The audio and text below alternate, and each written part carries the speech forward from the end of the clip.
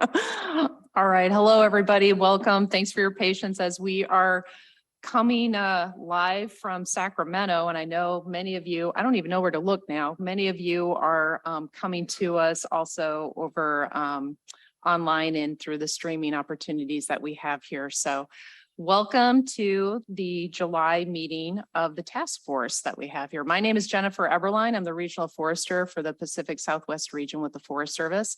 I'm going to ask our board here to do a quick round of introductions, and then we'll do some opening remarks and get on with our program that we have scheduled for today. So I'm going to turn it to Dawn. Would you lead up? Okay, we've got and you can see who's running the show. Kristen, thank goodness.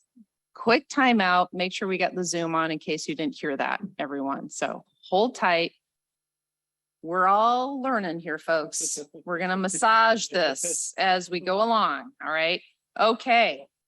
Here we go. Thank you. Thumbs up. All right. Don, why don't you go? Hi, Don Hankins, and I'm with the Indigenous Stewardship Network.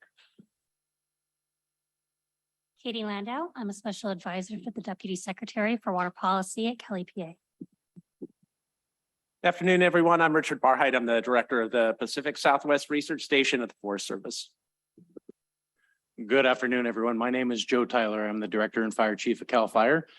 Today, where I normally sit on the executive committee, I'll be co-chairing on behalf of Secretary Crowfoot, who is unable to attend.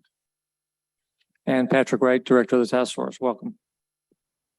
All right, glad you guys could all be here with us, and I'm really pleased to be here and in person with all of you. Again, Joe, thank you so much for being here as well and being my co-chair and co-leader with us today. And I just got to say, I'm going to tout our state and federal partnership. Is just truly unique in our country. If I can say that, it extends to all levels of government, and it extends to all of you as our partners in this. So very much really appreciate that this task force is so inclusive from everything that we're doing. Again, first in-person meeting in Sacramento since we convened this task force a little over a year ago now. Time flies. I don't know about you, but it's going by quickly.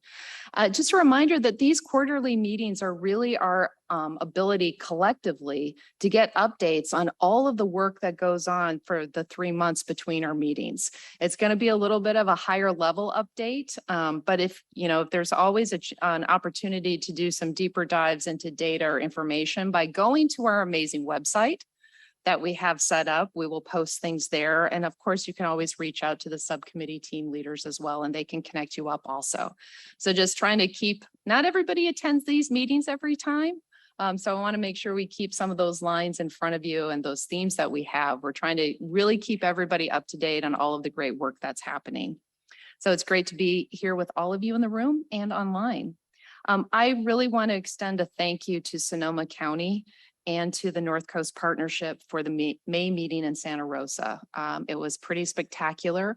I was not able to be there, certainly heard of it and heard all of the great work that was going on. And when I asked everybody about this, here is what I heard from so many people. Leaders, everyone in the room really shared their aligned vision for resilient communities and forests.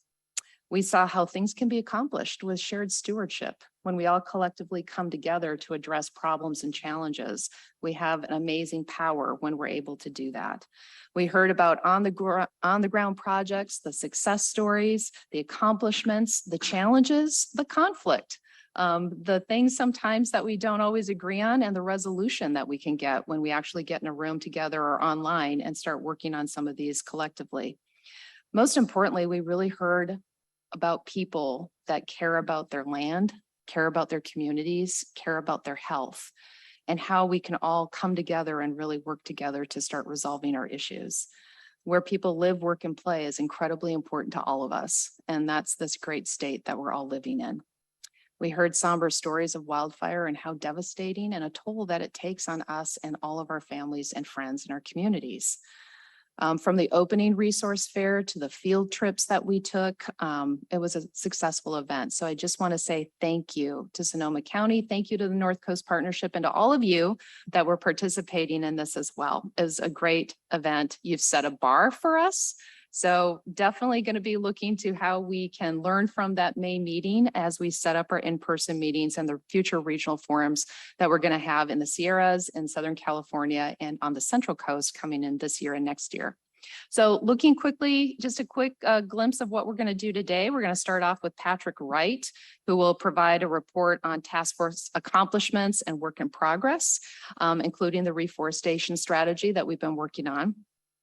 Again, it's great progress and made with our all lands work already completed and efforts that are underway. And I just want to highlight one of those efforts is for all lands is that we're entering into an MOU between the Forest Service, CAL FIRE, and SPI, Sierra Pacific Industries, for cone surveys, cone and seed collection and sharing of seed. So we're really trying to work collectively to how do we work together with all of our resources to get to that reforestation plan that Patrick is going to talk about. Diana Craig with the Forest Service is going to be coming up and telling us about the Forest Service post-fire recovery strategy that we just completed. We've got the first phase of that plan, the steps of how do you go through post-fire recovery. Phase 2 is more of the action plan where we pull together what are we doing across the region for the post-fire recovery efforts. And that will probably be reported out at the next meeting.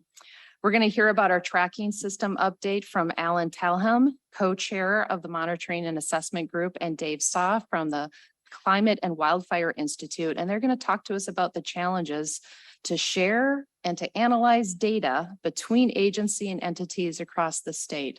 That is no little feat, folks. As you guys all can imagine, if you work in data, how challenging that is. So we want to make sure that we have the need to make sure that we're accountable and that we're transparent to the public that we serve. So looking forward to their presentation. And then our final panel addresses the regulatory and policy reform and opportunities to really get good things done on the ground in the right places at the right time and at the right scale. So we have a great agenda that's today, and I'll close just by acknowledging before I turn it over to Joe here, some really real and immediate challenges that we have and some successes that we've got. We're still in drought. We've got extensive drought across the state. Fire potential is real and likely. Let's all knock wood that we have a little bit more time before that comes to our state, but it's out there and we're all preparing for it. And I know people, including me, are fearful of another summer like last year with fire and smoke, considering that we're just still coming out of into, however we want to categorize it, a 2+ year pandemic with all of the challenges that we faced, record-breaking fire years. Many of us are traumatized. Many of our families and communities are. So I just want to acknowledge that. Everybody pay attention and take care of yourselves, your families, your friends, your communities. We still have challenges ahead, but the work together we can do, we can get through them. So the positive, I would say, is the Washburn fire on Yosemite and the Sierra National Forest right now, as well as the things that we saw at Caldor Fire, really does demonstrate how if we do our vegetation and fire treatments and fuels reduction treatments, they make a difference. And they give us the best opportunity we have to really go in and manage that fire in a whole different way if we have those fuels treatments that are done on the land. So I'm happy to be able that we have some great examples just from those two fires alone to be able to show that we can make a difference, that we go out on the land. So when we're operationally aligned as a task force, we can support each other, we can do great things across the state. And I just want to thank you all for all the good work that you're doing. So I'm going to turn it over to you, Chief Tyler. Take it away. Thank you, Jen. I appreciate that. So good afternoon, everyone. Like Jen mentioned, I want to thank Sonoma County and the North Coast Partnerships as well. What a great opportunity to open up the first in-person meeting that occurred in Sonoma at the fairgrounds there. And for me personally was an onset that was preceded by the Wildfire Preparedness Week, where we were speaking at the Annandale State Park that morning. And so what a great way to kick off the week and continue on to the Wildfire and Forest Resilience Task Force that occurred that day on May 5th. Likewise, 8 different tours that were available to all of us that were facilitated by many of you in the room and many of you that are online to be able to collaborate and have good discussions about opportunities and challenges that are happening in which ways that we together from nonprofit, non-governmental organizations, local, state, federal, tribal levels can come together to make good work on forest resilience and fire prevention activities. So as we continue on today, I think we're going to continue to hear about the great work of the task force and how we can all work together to continue to collaborate together to be able to accomplish what we're trying to with the 99 actionable items. But I need to mention, I want to mention that it's of great congratulations on behalf of California that on July 7th, after that task force meeting occurred, the Wildland Fire Mitigation and Management Commission was announced. And of that, there were many, many members, some who regularly attend the task force meetings that are now part of that commission to be able to represent California and the needs of California, as well as the nation, to influence wildfire and forest resilience, not only again across the state, but across the nation. As we talk about where we're at currently, it is that great work of everybody that's doing the work on the ground that is making a difference, knock on wood. As we continue and we look at where we're at currently, we're in the 3rd week of July. We have the Washburn fire that is actively burning, but it's not really, knock on wood again, growing by much at this point. Great work by all that are on the ground there. And it is because of resilience efforts and prevention efforts that have really kept it the way it is. And likewise, here in 2022 alone, just over 4,400 fires for about 35,000 acres just in the last week. We don't hear about it, but there were 383 fires across the state just last week alone. And yet we hear about 1 or 2 at a time. A lot of great work going on to keeping those fires small, but also a lot of fires that are occurring. And it's been noticed. It's been noticed by our partners, and it's wonderful to be able to hear the messages and the great work that's being done out there.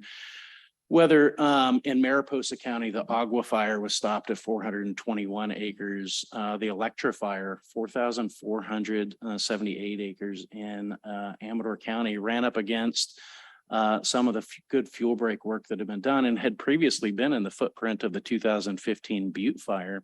Now the fuels had changed, but the fight was just as aggressive, and the fuels work that was done in that area to prevent that fire from growing any larger into Calaveras or Amador County really played a role.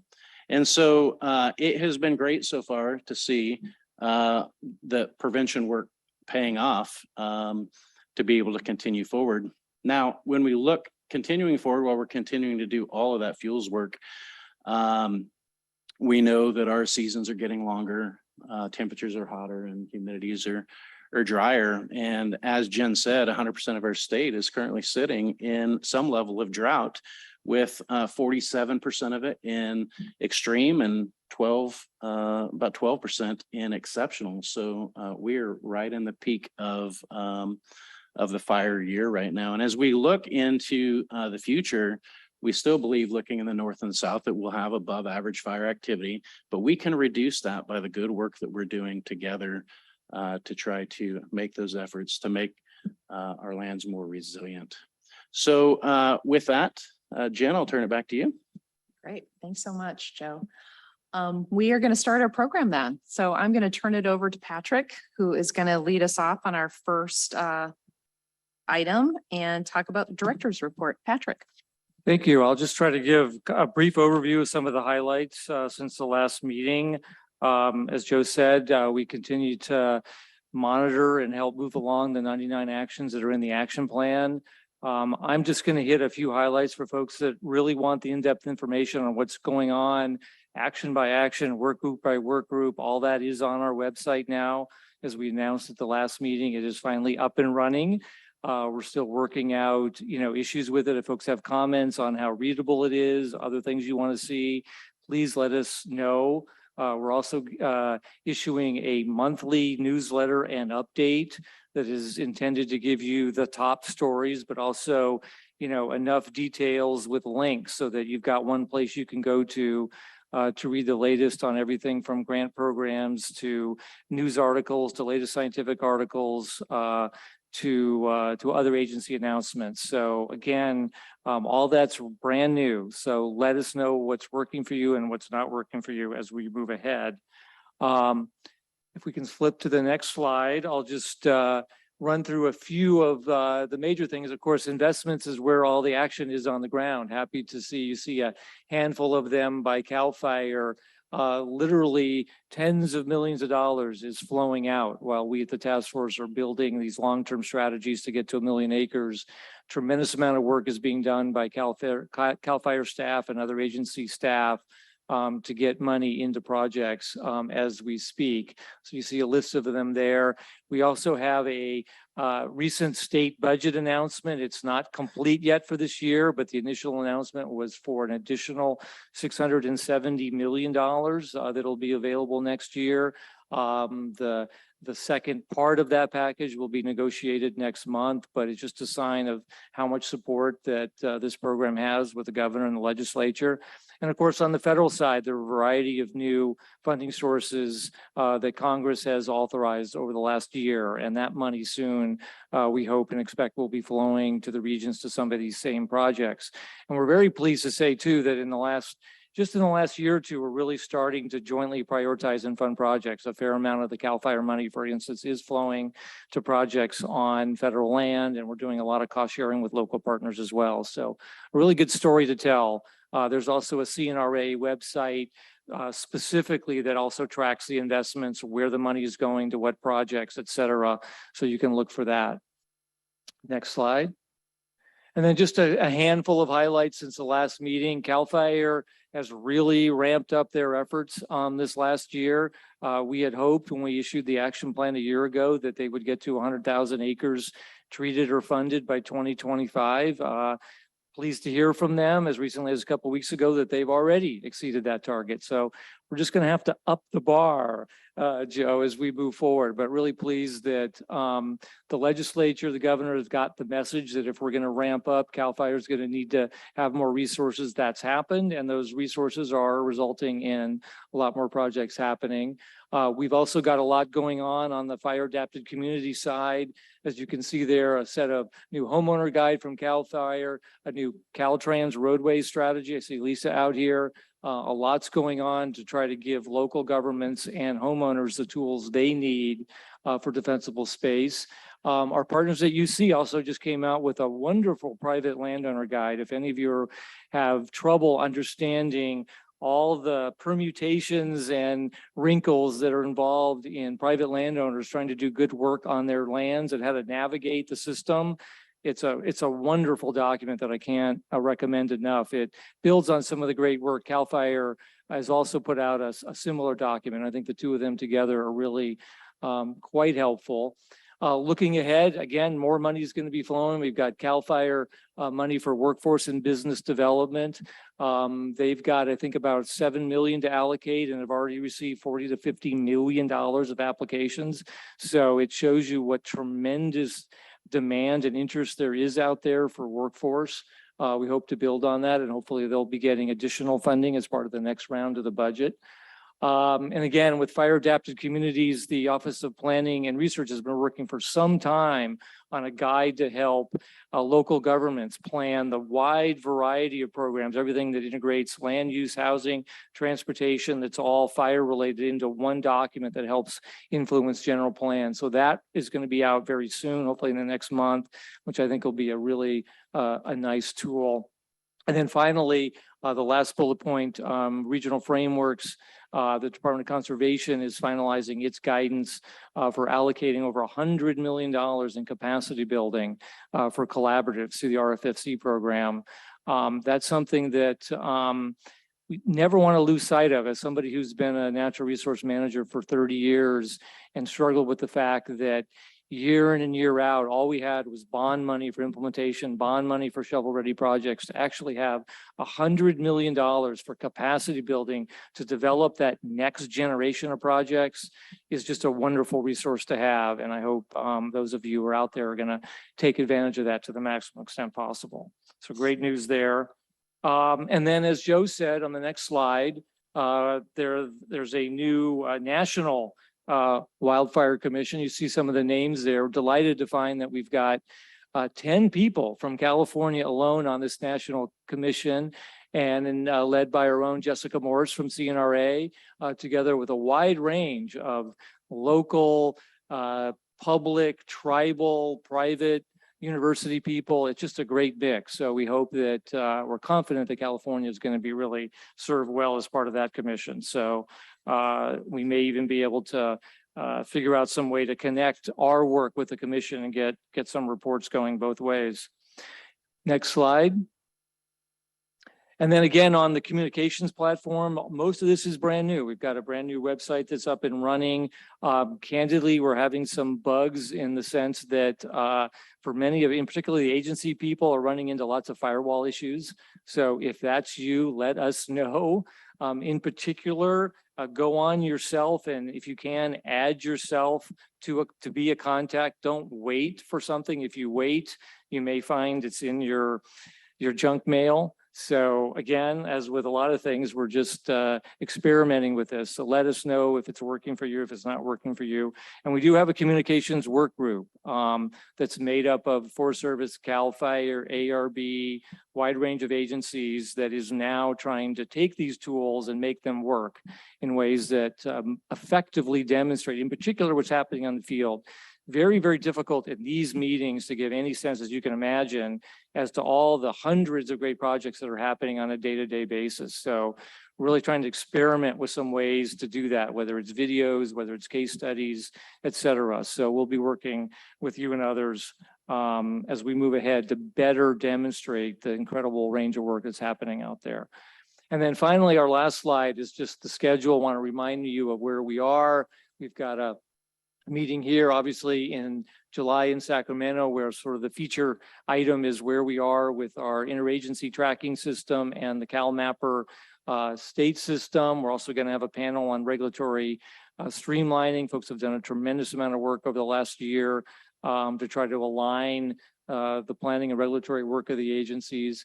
We will then head out to, it looks like, to Grass Valley in September at the Nevada County Fairgrounds for our next regional meeting. A lot of work's already underway to develop a Sierra-wide strategy. I'll talk about that a little bit later when we talk about the Million Acre strategy, together with a report from our Sustainable Recreation Work Group, which is hard at work trying to make sure we're integrating recreation as much as we can into these evolving regional strategies. We will then be back here in November for another meeting, and then back out to Southern California in January. So we're going to continue to alternate between meetings here and meetings in the region so that we can hear from folks in the field. So that wraps up my comments, but certainly happy to answer any questions from the executive committee on things that are happening. Looking down at colleagues here, any questions? Okay. We're good. Patrick, roll into the next one. Okay, and then I'll just briefly introduce this before Diana comes up. Obviously, there's a lot of attention being paid right now to reforestation, given the magnitude of our recent fires. So we have several efforts underway. One is an actual reforestation strategy that our reforestation work group has been working on, really focusing on pipeline issues, as we call them, making sure that we've got the seeds, the nurseries, the cones, we've got the capacity that we need to be able to scale up. Previously, we had somewhat separate efforts on the private side, CAL FIRE side, Forest Service side.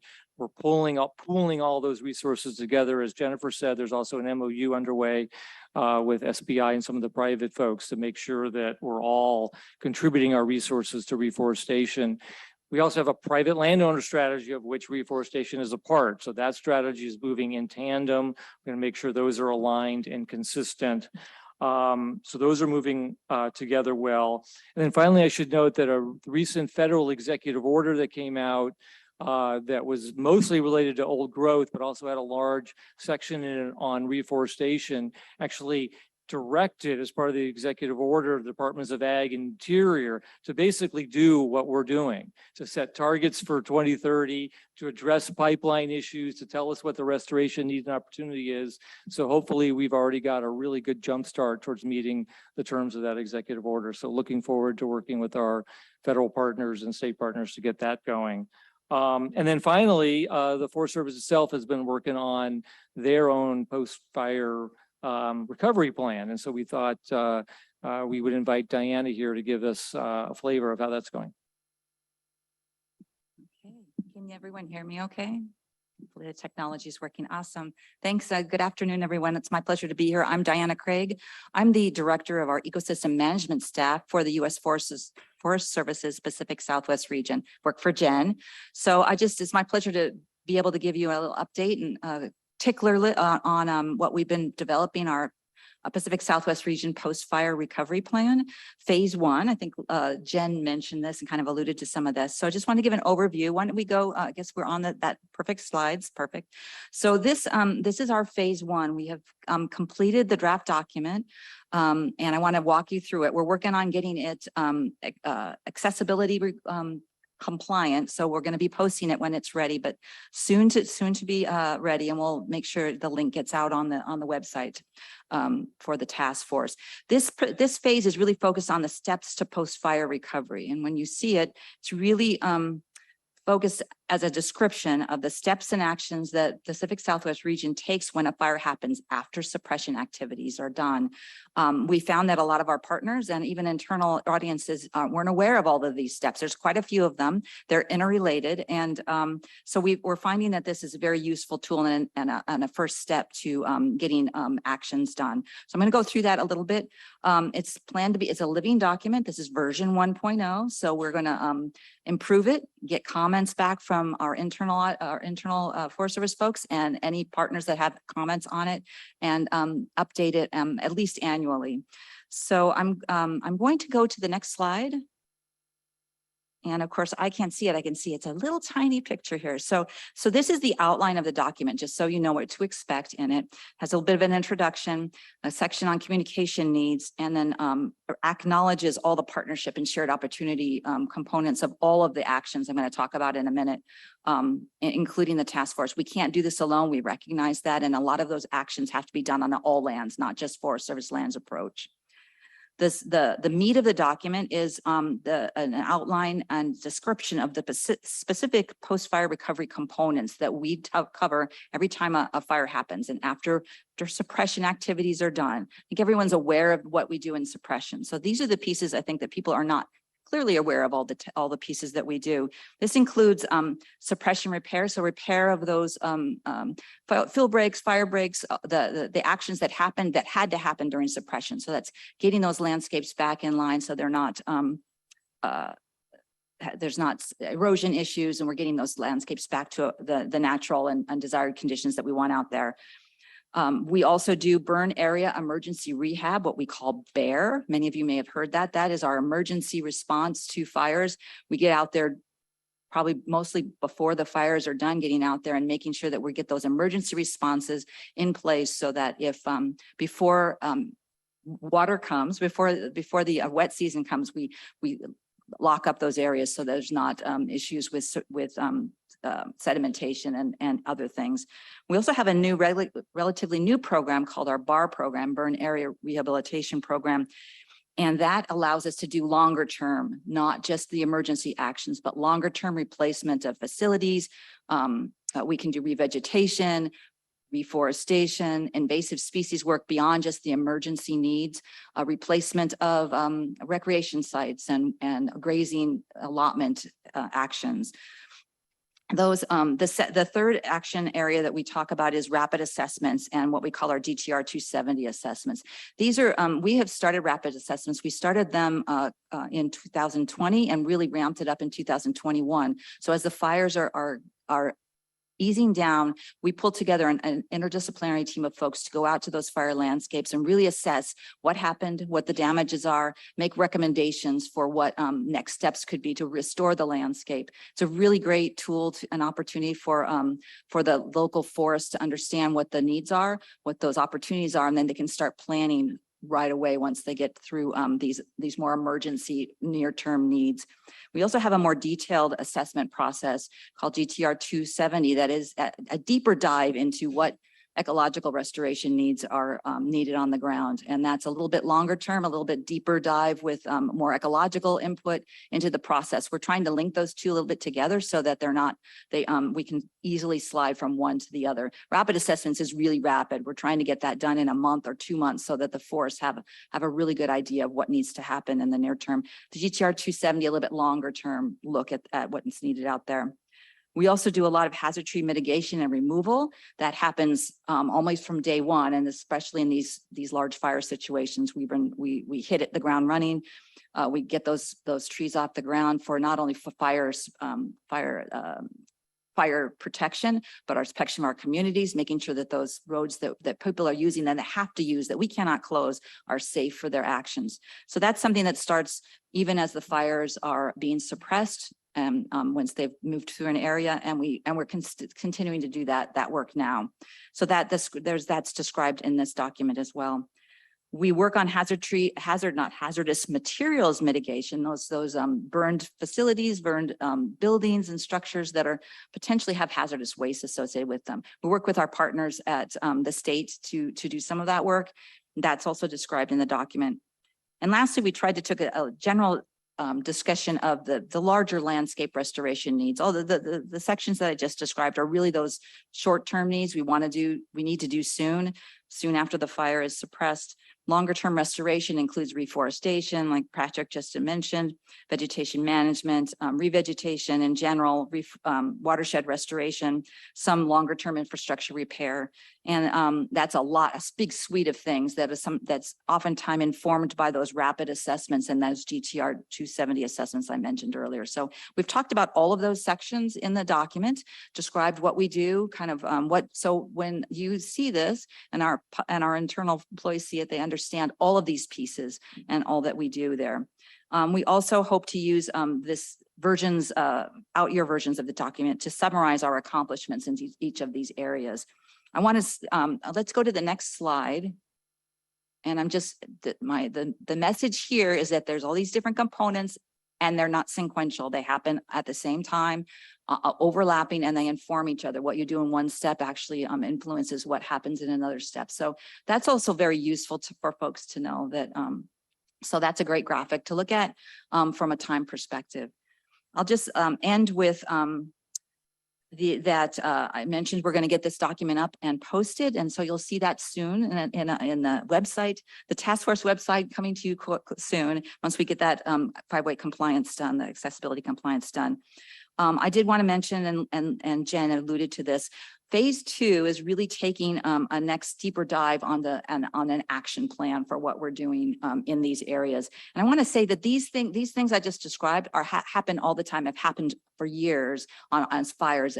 As every fire happens, these are the things that are happening. It's kind of behind the scenes. I don't think people are really aware of all those things that happen every time a fire happens on the ground. The change now is that we've got these giant fires. They're happening, multiple fires, multiple forests, multiple locations at the same time. And so there is maybe a need to be more efficient, find efficiencies that may be looking not just fire by fire, but across fire areas, working with our state partners on fires, especially that occur across land ownerships, and seeing some efficiencies. How can we deal with this? All of those steps are designed for the old fire system, when we had smaller fires, when 50,000 acres was considered a large fire. They're not super fit to these larger landscape fires that we're seeing that last for months and huge and large acreages. So we're hoping that this action plan will identify some of those opportunities to work more efficiently in the new world. And with that, that's all I had. Thanks so much for your time. Diana, thank you. Just looking at we got a little bit of time for questions. If anybody on the board has any? No? I'll ask one Yeah, thing, and that please. is the plan officially called the R5 post-fire recovery plan, or is there a different name? And I'm wondering if because we have folks on Zoom, if there's a link that can be put into Zoom, if folks want to look at that. So that is the name at this point in time. I'm going to call it phase one of that plan. And as soon as we get it compliant, accessibility, we'll send out a link. That's our next step. We just need to get that one step through that. So then we'll be able to post it on the web, and we'll definitely send a link out to everyone that's part of the task force. Great. And then folks, if they have comments on this phase one, if you're seeking feedback and that sort of thing, you can. Yeah, we'll put a little note on the post on the task force website to say if you have comments, who to reach out to. Great. Thank you. Thank you so much. Anyone in the audience? Got a couple of minutes if anybody has questions or comments.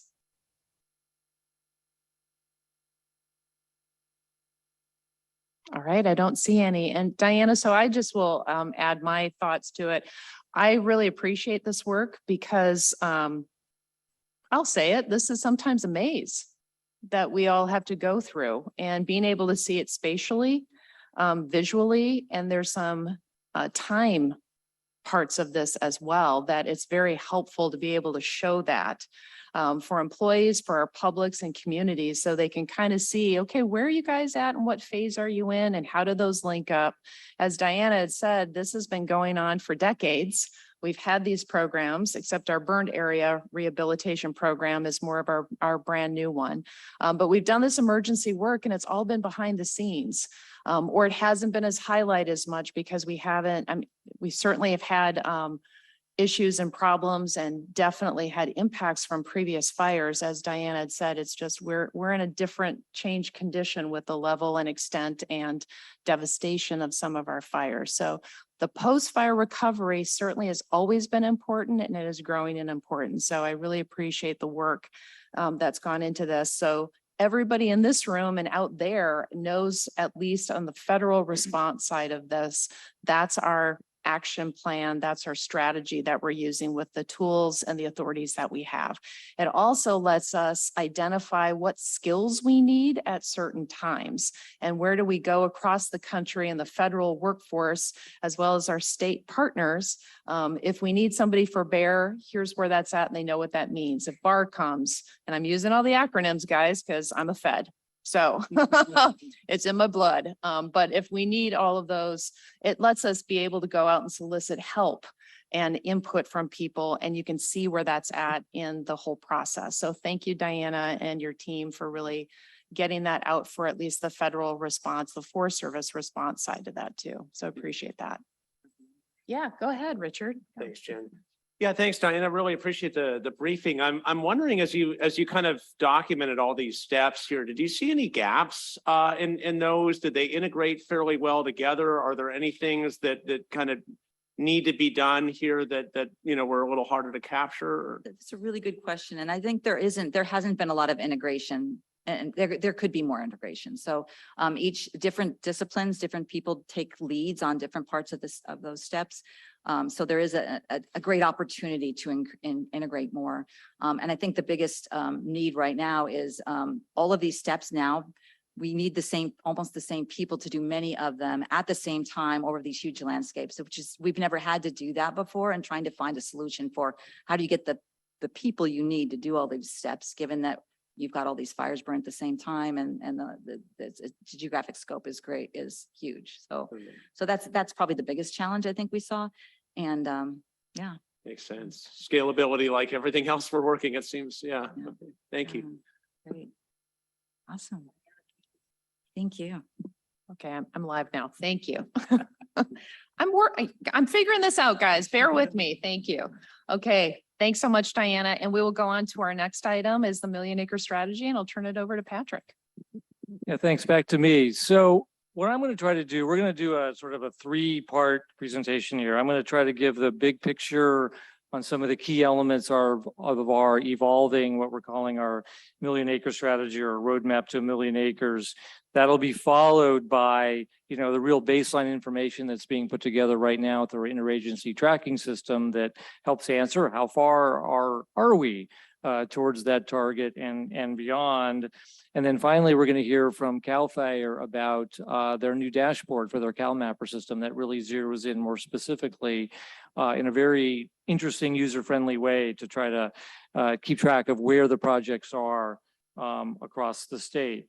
So let's go to the first slide, which many of you have seen before. We generally think of our evolving strategy beyond the 99 deliverables in the action plan in 3 big buckets. One is a series of statewide strategies that we've talked about. One of them, of course, is for reforestation, others along the way. And the real purpose there is to align the work of federal, state, local agencies. A lot of these efforts in the past have been moving forward, but in silos, where you've got the federal folks, state folks, local folks, tribal folks working on their own efforts. And the real point of these plans is to try to get them in alignment, set aggressive but achievable targets. For example, our prescribed fire strategy sets a target of 400,000 acres of prescribed fire by 2025. It's going to take a significant ramp up, but we think it's doable.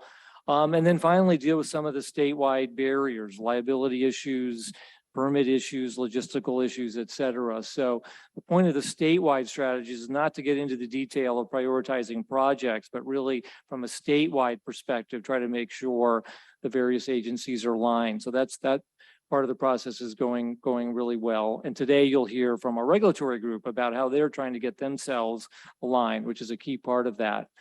The second major pillar, as you can see there, is on the data and analytics side. As you'll hear next, we're trying to build an interagency tracking system for all federal, state, local, tribal, private projects across the state. So we can see where those projects are happening. Folks can talk to each other, understand projects in the same area, build those kind of regional partnerships, and also do a better job of accounting and tracking the amount of work we're doing. But of course, as we hear every day, it's not just about acres treated. What are you actually accomplishing in terms of fire safety, forest resilience, biodiversity, carbon storage? So we've got an aligned effort between folks at the Pacific Southwest Research Station, led by Richard and his team, and by folks at FRAP in CAL FIRE with Keithley and his team to try to align what were previously separate efforts on developing metrics of forest resilience across the board. So that's coming together quite nicely. We've also got an ambitious sort of idea of developing a forest data hub that was in the action plan. So there's a one-stop shop for all the tremendous amounts of data and mapping tools that are out there, to have one place where that information can be stored and maintained over a period. So a lot of work to do to try to figure out how that's going to work, who's going to maintain it, how we're going to fund it. But that's definitely a high priority.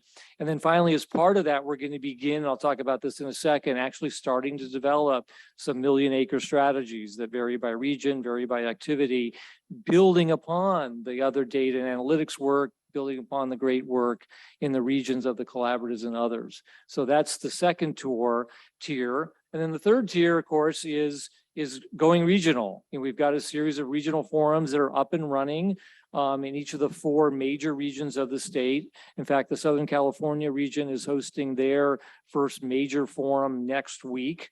So if you're interested in that, you can go on our website and find it. That'll be, I think, one of the first times that the collaboratives, agency partners from throughout Southern California are all meeting virtually in one place. We may follow that up with an in-person meeting as well in the fall. And of course, we're going to have a task force regional meeting in Southern California in January.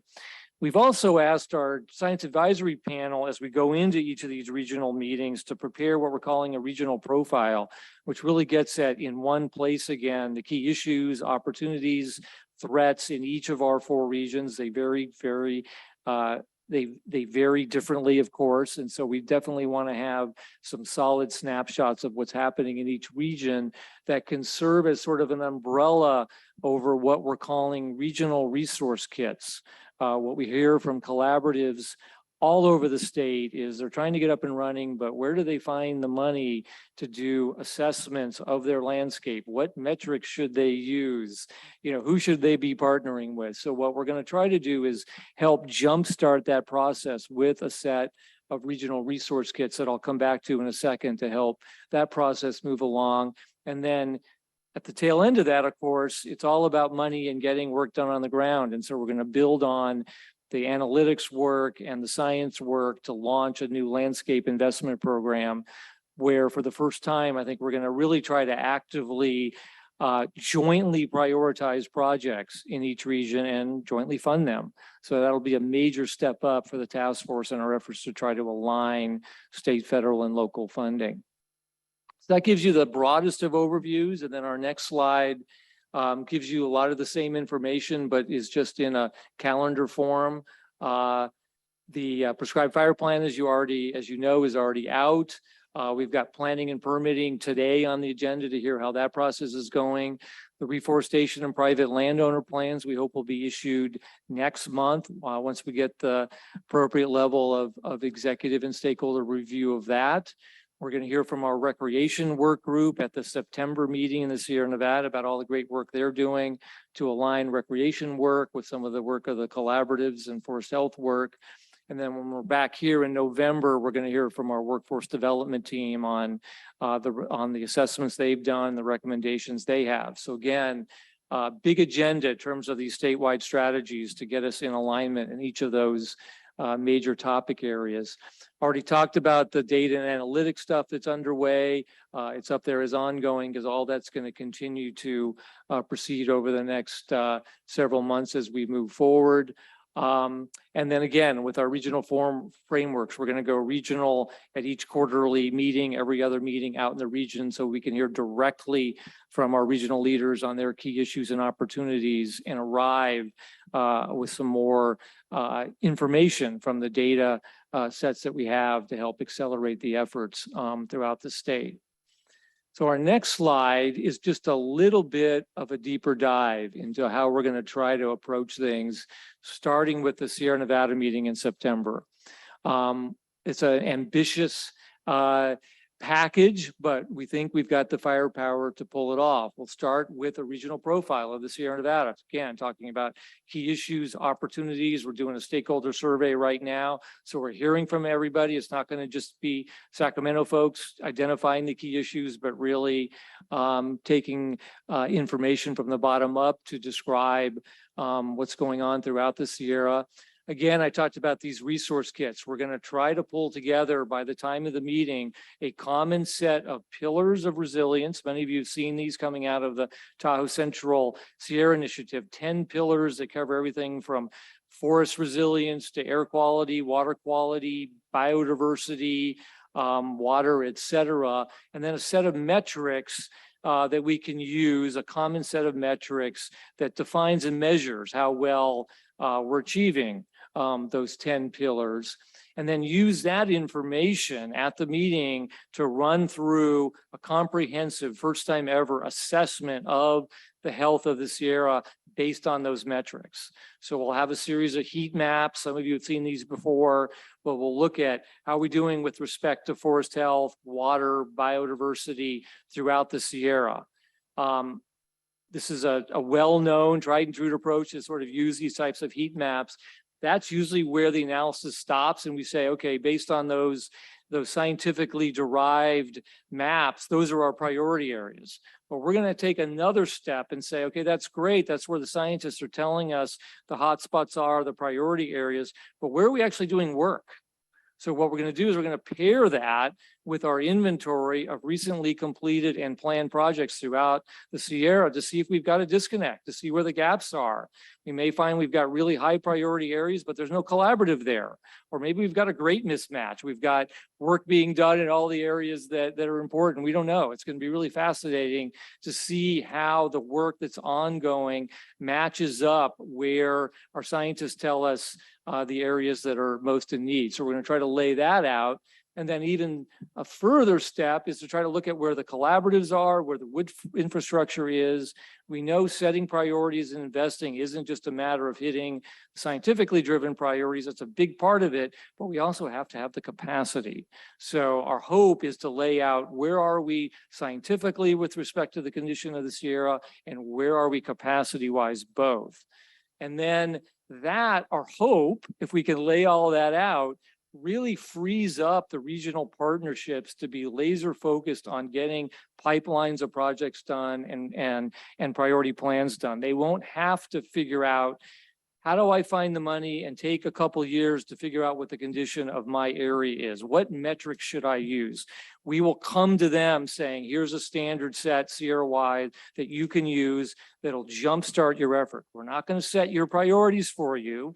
Let me reassure you, that's going to be done locally and regionally, but we're going to give you a set of tools to jumpstart that effort so you can see what your starting point is with respect to current conditions and a common set of metrics, so we don't have every part of the Sierra of the state using a different value to plug in for forest health or water or biodiversity. So that's the plan. And then hopefully if all goes well and we see where those scientific priorities are, the capacity priorities are, then we start our process of jointly allocating funding through a landscape scale program. Clearly, our approach would be those areas that are high priority, high risk areas and have capacity. We hope to give landscape scale grants that could be $10, $20 million or more for 5 to 10 years, building off the great work of the Forest Service in their 10-year plan. Basically, they've done that with North Yuba and the Stanislaus Forest. Those were two areas that were identified as very high priority areas and also had a lot of capacity. So the Forest Service gave them big blocks of money so that they could move forward with those plans. CAL FIRE did something similar, as most of you heard at our North Coast meeting, giving the North Coast Partnership a $10 million block grant. So it's part of our shift overall from grants to individual projects, which will remain important to hit those priority areas, but to supplement those grants with bigger landscape scale grants so that we can scale up and get to the level of work that we need to. And then, of course, we will also, for those areas that aren't quite there, as I said earlier, we've got the RFFC program and some similar programs on the federal side to build capacity. So we're not going to just fund the areas that are shovel ready. We're going to do that with these landscape grant programs, but we're also going to be using RFFC money to build capacity, build pipelines of projects. So we don't want to do is just reward the areas that are furthest ahead and leave everybody else behind. We really want to try to do both. So I hope that gives you at least a little bit of a framework of where we're going. The ultimate test of this, once we get through the 3 meetings and we have the kits and we have the assessments and the priorities, if you go to the next slide, we hope to actually pull together a series of statewide million-acre scenarios that might differ, targets for each region potentially, targets for each activity. How much of the million acres is going to come from prescribed fire versus reforestation versus thinning? We'll have to look at that. How much of the million acres is going to come from the North Coast versus the Sierra Nevada, et cetera. So that's just a representative slide to give you an idea. We're really going to work hard to use these regional meetings so that our million-acre strategy is built from the ground up, but we also will supplement that with statewide analysis that if the regions hit these targets, what do we get statewide in terms of improving forest resilience, biodiversity, water, et cetera. So again, that just gives you kind of an outline. We obviously have a lot of work to do to fill out the details of this. But we're hearing that we've got a lot of support for trying to move in a direction that both builds on the great work out there in the field, but supplements that with some of the great data that we're generating in Sacramento. So if folks have more questions, certainly we can answer them today and also follow up with me and other members of the staff at each regional meeting is really where we're going to get the key input that's going to make this thing happen. Right. Any questions for Patrick? Thank you, Patrick, too. That was a great outline. No? Don, go ahead. I'm trying to use the time so we're No, not no. just sitting, right? But so I guess one question is in terms of the pillars and metrics, Patrick, is that work that CNRA is doing with USGS or who's working on developing those metrics? Yeah, If I have your question right, there was a draft set of metrics that came out of the South Central Sierra or pillars. And then we have an interagency team that you've got folks from PSW and folks from FRAP trying to work together to come up with one set. What we're also finding, it shouldn't be a surprise to you, that the folks working on 30 by 30 are working on a set of metrics. The folks that are working to update the water plan are working on a set of metrics.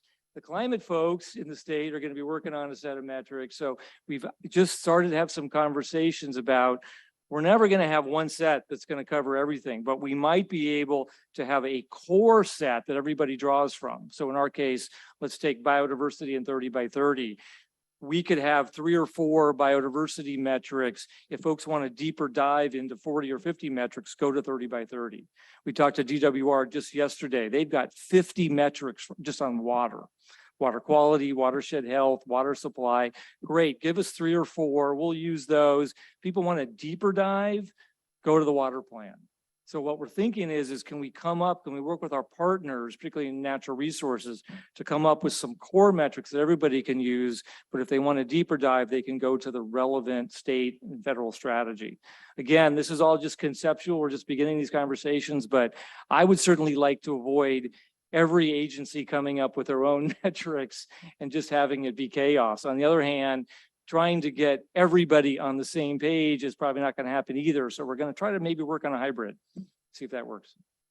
So just one comment on that, and I don't know where this fits in, but I can say that in past meetings for the Sierra Eastside group, there was a presentation about the pods of potential operation delineations the Forest Service is working on, and discussion of like where tribal interest lays into that. And I think Jonathan Long from the Forest Service may be working on some of those issues, but it might be, I think it would be worthwhile to include some aspect of understanding like where are tribal values at within this prioritization as well. And it may not be forthright, it may not be something that people are willing to share, but I think it's worth, having some thought around. I know on the tribal side, we have been involved in 30 by 30 and some of these other efforts as well. But I think it'd be worth bringing that forward as well. So just sharing that. Thanks. Thank you, Don. Anyone else? All right. Again, I just appreciate being the challenge is what are those core metrics that we can all use, but still have some flexibility, because there's going to be, like you had said, certain locations, jurisdictions will have different sets of measures they want to have on their projects, but how do we have a core set that we can pull across the entire state and all entities to really get a sense of where we are in the state? It's challenging, Patrick. Thank you for doing that. Okay, we're ready to move on? You're good? Okay, we are going to move on to our next one, then interagency tracking and system updates. And Alan and Dave are going to lead us into this one. Welcome. Yeah.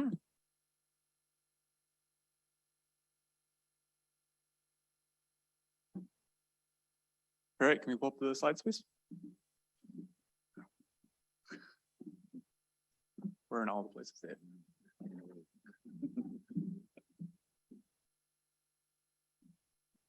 Well, while we're waiting for the slides, I'll introduce myself. So I am Alan Tallhelm from the California Air Resources Board. I'm the co-chair of the Monitoring, Reporting, and Assessment Work Group of the task force. I'm ably assisted in that capacity as co-chair by Chris Keithley from the Forest Service and Anjani Bellamy from Chris Keithley for CAL FIRE, sorry, and Anjani Bellamy from the Forest Service as well. Up here with me today is David Sa. I'll let you introduce yourself, Dave. Thank you. As you can tell, I'm bald. I wear many different hats. I'm a professor at the University of San Francisco. I'm also a principal in an environmental think tank called Spatial Informatics Group.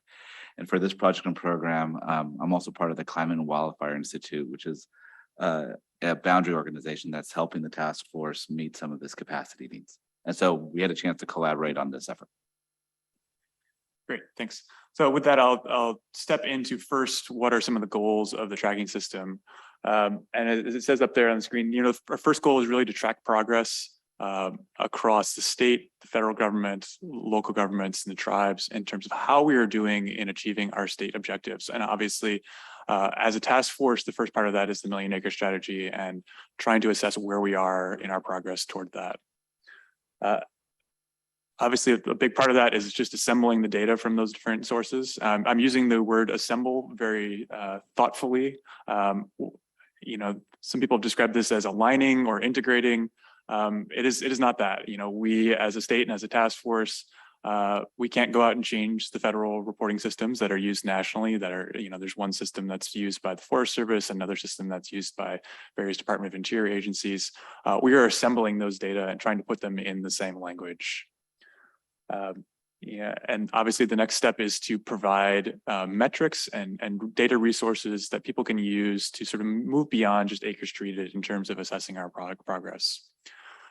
So obviously, while we are collecting data that will feed into our assessment of where we are in the million acre strategy, we're also trying to collect data that can be used more broadly for science and for monitoring and to understanding our effectiveness. So that means that not all of the acres that we're tracking may feed into the million acre strategy. There may be some things that we collect data on that aren't counted toward that million acre strategy. And then one of the other things that's also really, really important that we want to do with this data set is to be able to facilitate planning and collaboration at the local scale so that people can see what is happening in the area around them. So if they're working at the region or if they're working locally, they can see, hey, over here, there's a CAL FIRE project up in the watershed. There's a little further, there's a Forest Service project. The local Fire Safe Council is working in this place, a different collaboratives over here. Maybe there's some private timber company that's put in a fuel break around their lands. So see how those things can be brought together synergistically. Next slide, please.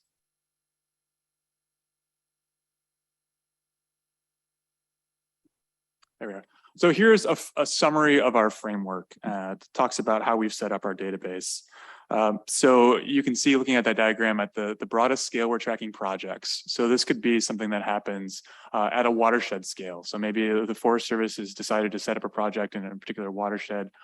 Maybe within that project, there will be different treatments. Maybe there will be one type of treatment that's happening along the ridge top. Maybe the south-facing slopes will be treated one way and the north-facing slopes will be treated another way. These would be happening in different parts of the watershed. To complete a treatment, you might have to do a variety of different activities on that land. So maybe your goal is to reduce fuels on a south-facing slope. In order to do that, maybe you'd first come in and do a thinning.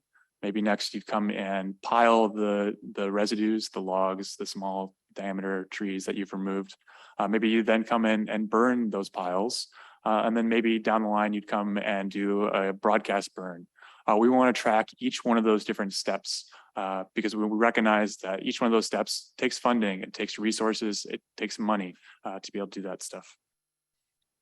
I also want to be clear that we're talking about areas that are broader than just forests. There are a lot of different acres in California that burn. I know, Joe Tyler, your predecessor was fond of saying every acre in California can and has burned in the past. We want to recognize that with our tracking system too. So moving beyond just forested to cover rangelands, grasslands, shrublands as well. Within that red box that's on the bottom of different activities, there are approximately 50 different activities that we're tracking as part of the tracking system that get into things like prescribed grazing, different silvicultural treatments related to harvest, different fuels treatments, land conservation, things like that. The focus today is on that bottom box. So we're talking today about the activities that we're tracking and the acres that are associated with those activities. That is tabular information. So it is somebody putting information in a spreadsheet. It is not the footprint of the areas that are being treated. That would be coming from the spatial data on the line above in the treatment area. And also today, we're focusing on activities that were completed in the calendar year of 2021. We're very much viewing this year as a pilot year. This is the first time we've tried to do this. As I sort of alluded to before, this is a complicated task.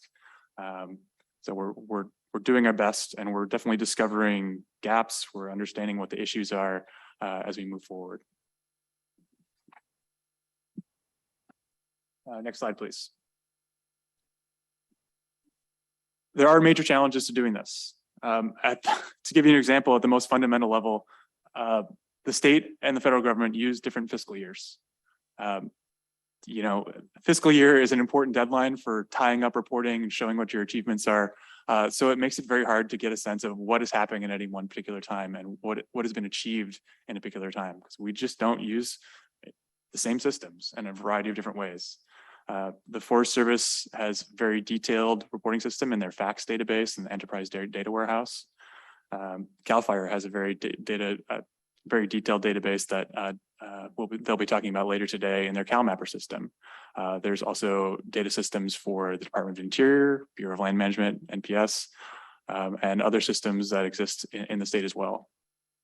One of our challenges is to eliminate double counting. That's a thing that we can do by getting into the spatial dynamics of this. And that's one thing that David Saw's group at the Climate and Wildfire Institute and Spatial Informatics Group have been really helpful with. You know, I want to say that data are being collected while the system is being built. And I want to reiterate again, this is a pilot year on doing this task for the very first time. And we're going to keep learning some lessons. We're going to get better at it as we go through and do this with time. Can we move to the next slide, please?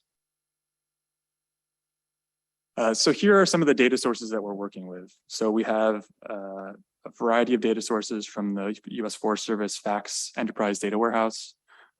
They have a data set on hazardous fuels treatments. They have a data set on timber harvests, a data set on silvicultural stand improvements and reforestation. We also know that there's some tabular data that don't make it into the enterprise data warehouse that we need to add into our database down the line, but we've been focusing on the spatial data so far. On the state side, one of the things that's happened over the last couple of months is that the California Natural Resources Agency has built a new tracking application in, I think, really great achievement in really rapid time. And that's a data source that we're going to be using, and that departments and conservancies are actively putting data into that. The CalMapper system will be feeding into that system, as well as, you know, the achievements of different departments like state parks, Fish and Wildlife, Sierra Nevada Conservancy, et cetera. There are also other data sets out there that we're using. We're using BLM data on fuels treatments. There's a NIFPORS data set, which we're using to capture the fuels treatments of other Department of Interior entities like Bureau of Indian Affairs, National Park Service. Caltrans has a data set that we're using. You may not think of Caltrans as an entity that would be highly involved in this, but those 20 feet, 50 feet, whatever it is on the side of the roads is really critically important. That work is really valuable. Roadsides are a huge source of ignitions. So if we can stop those ignitions at the roadside, that's very valuable work. And also roads can be very critical fuel breaks as well. So if we have good fuels treatments around those areas, that's very valuable. And we want to be able to recognize that work and account for it and have that as a tool in our toolbox. We also have some data from local resource conservation districts and fire safe councils and other local entities. And we're going to be expanding our reach in those areas in the future. We've just started to pull in some of those data sets. We have a lot more to do on that, just in terms of outreach and building our capacity to add in those data sets. We definitely need to include tribes and their efforts in that as well. We are definitely planning to do that. Next slide, please.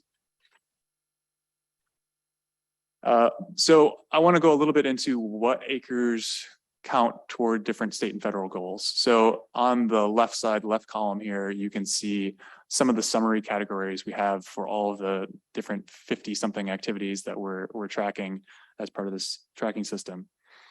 A lot of these can be grouped into forest health and fuels reduction treatments. And we know that these types of treatments are going to count towards the Forest Service 10-year strategy, that these types of treatments are accounted for in the California Air Resources Board draft 2022 scoping plan in the National Working Lands modeling that happened there. Within those, within that sort of broad bucket of forest health and fuels reduction, we have mechanical and hand fuels reduction. We have prescribed grazing, so where you may see goats or other animals brought in to reduce fuels around communities, sanitation and salvage, and timber harvest. I think there should also be a checkbox in sanitation and salvage for the Forest Service 10-year strategy as well, if I'm not mistaken. You know, the Forest Service is going to be counting a number of these treatments, or a number of these types of treatments are part of the 10-year strategy. A number of these treatments are part of the draft scoping plan, but not all of them. Some of these activities also be counted towards the 30 by 30 scoping plan.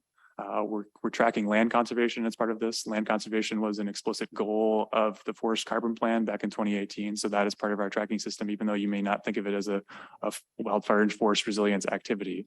It can be really important in conserving working forests, and also it's a strategy that some communities are using to create fuel breaks and preserve public lands around them that can be managed for fuels reduction. However, not all of that activity was likely going to be counted for 30 by 30. There's some pretty stringent standards for inclusion as part of that program. As I said before, we are counting a lot of different activities. Not all of those activities are necessarily going to be counted for the million acre strategy, and we have some decisions to make as a task force about what those things will be. And you can see some of those highlighted here as question marks, as far as just, you know, we have, again, some decisions to make about whether those things do achieve all of the goals that were called for in the shared stewardship agreement and the Forest Carbon Plan.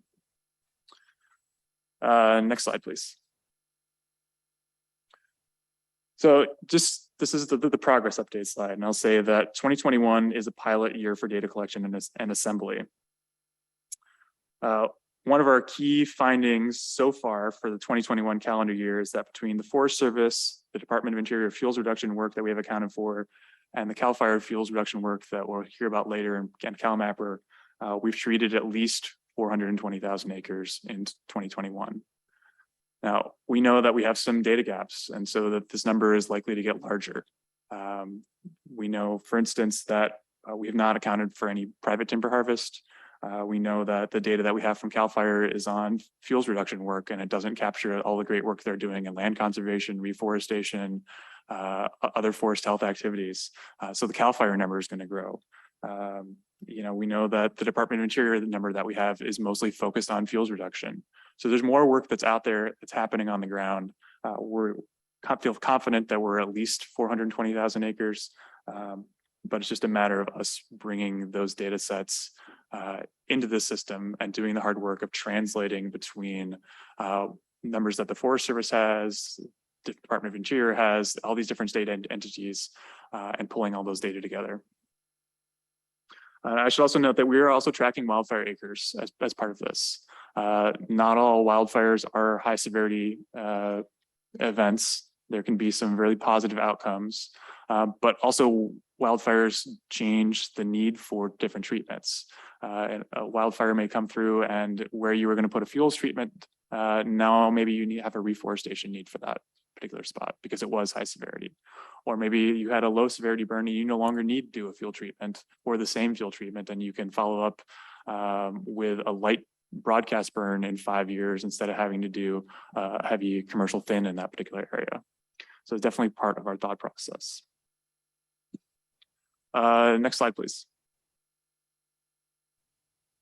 So this is our schedule for the future and getting more data out to you so that we can help show our progress and also plan for how we're going to implement the million acre strategy.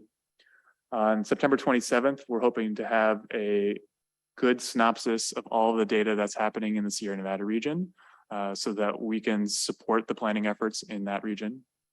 On November 12th, we're going to have a full summary of calendar year 2021 at that November task force meeting.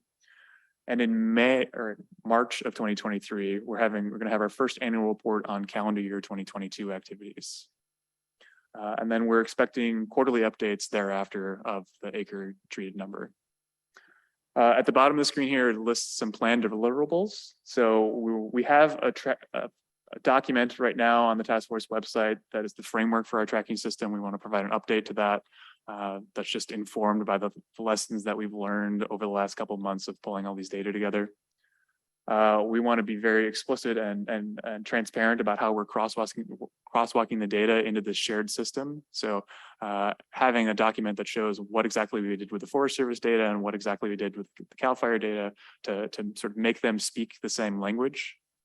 And then longer term, we want to have a spreadsheet database so that someone can just download all the different activities that are happening across the state and do whatever analysis they want to be doing for that. We want to have a GIS map. And then we want to have a geodatabase for that GIS map. So someone could download those data. And if they want to integrate the data that we have into the work that they're doing at the regional level, the collaborative level, the local fire safe council level, they can have the spatial data that we have, use it for their own purposes.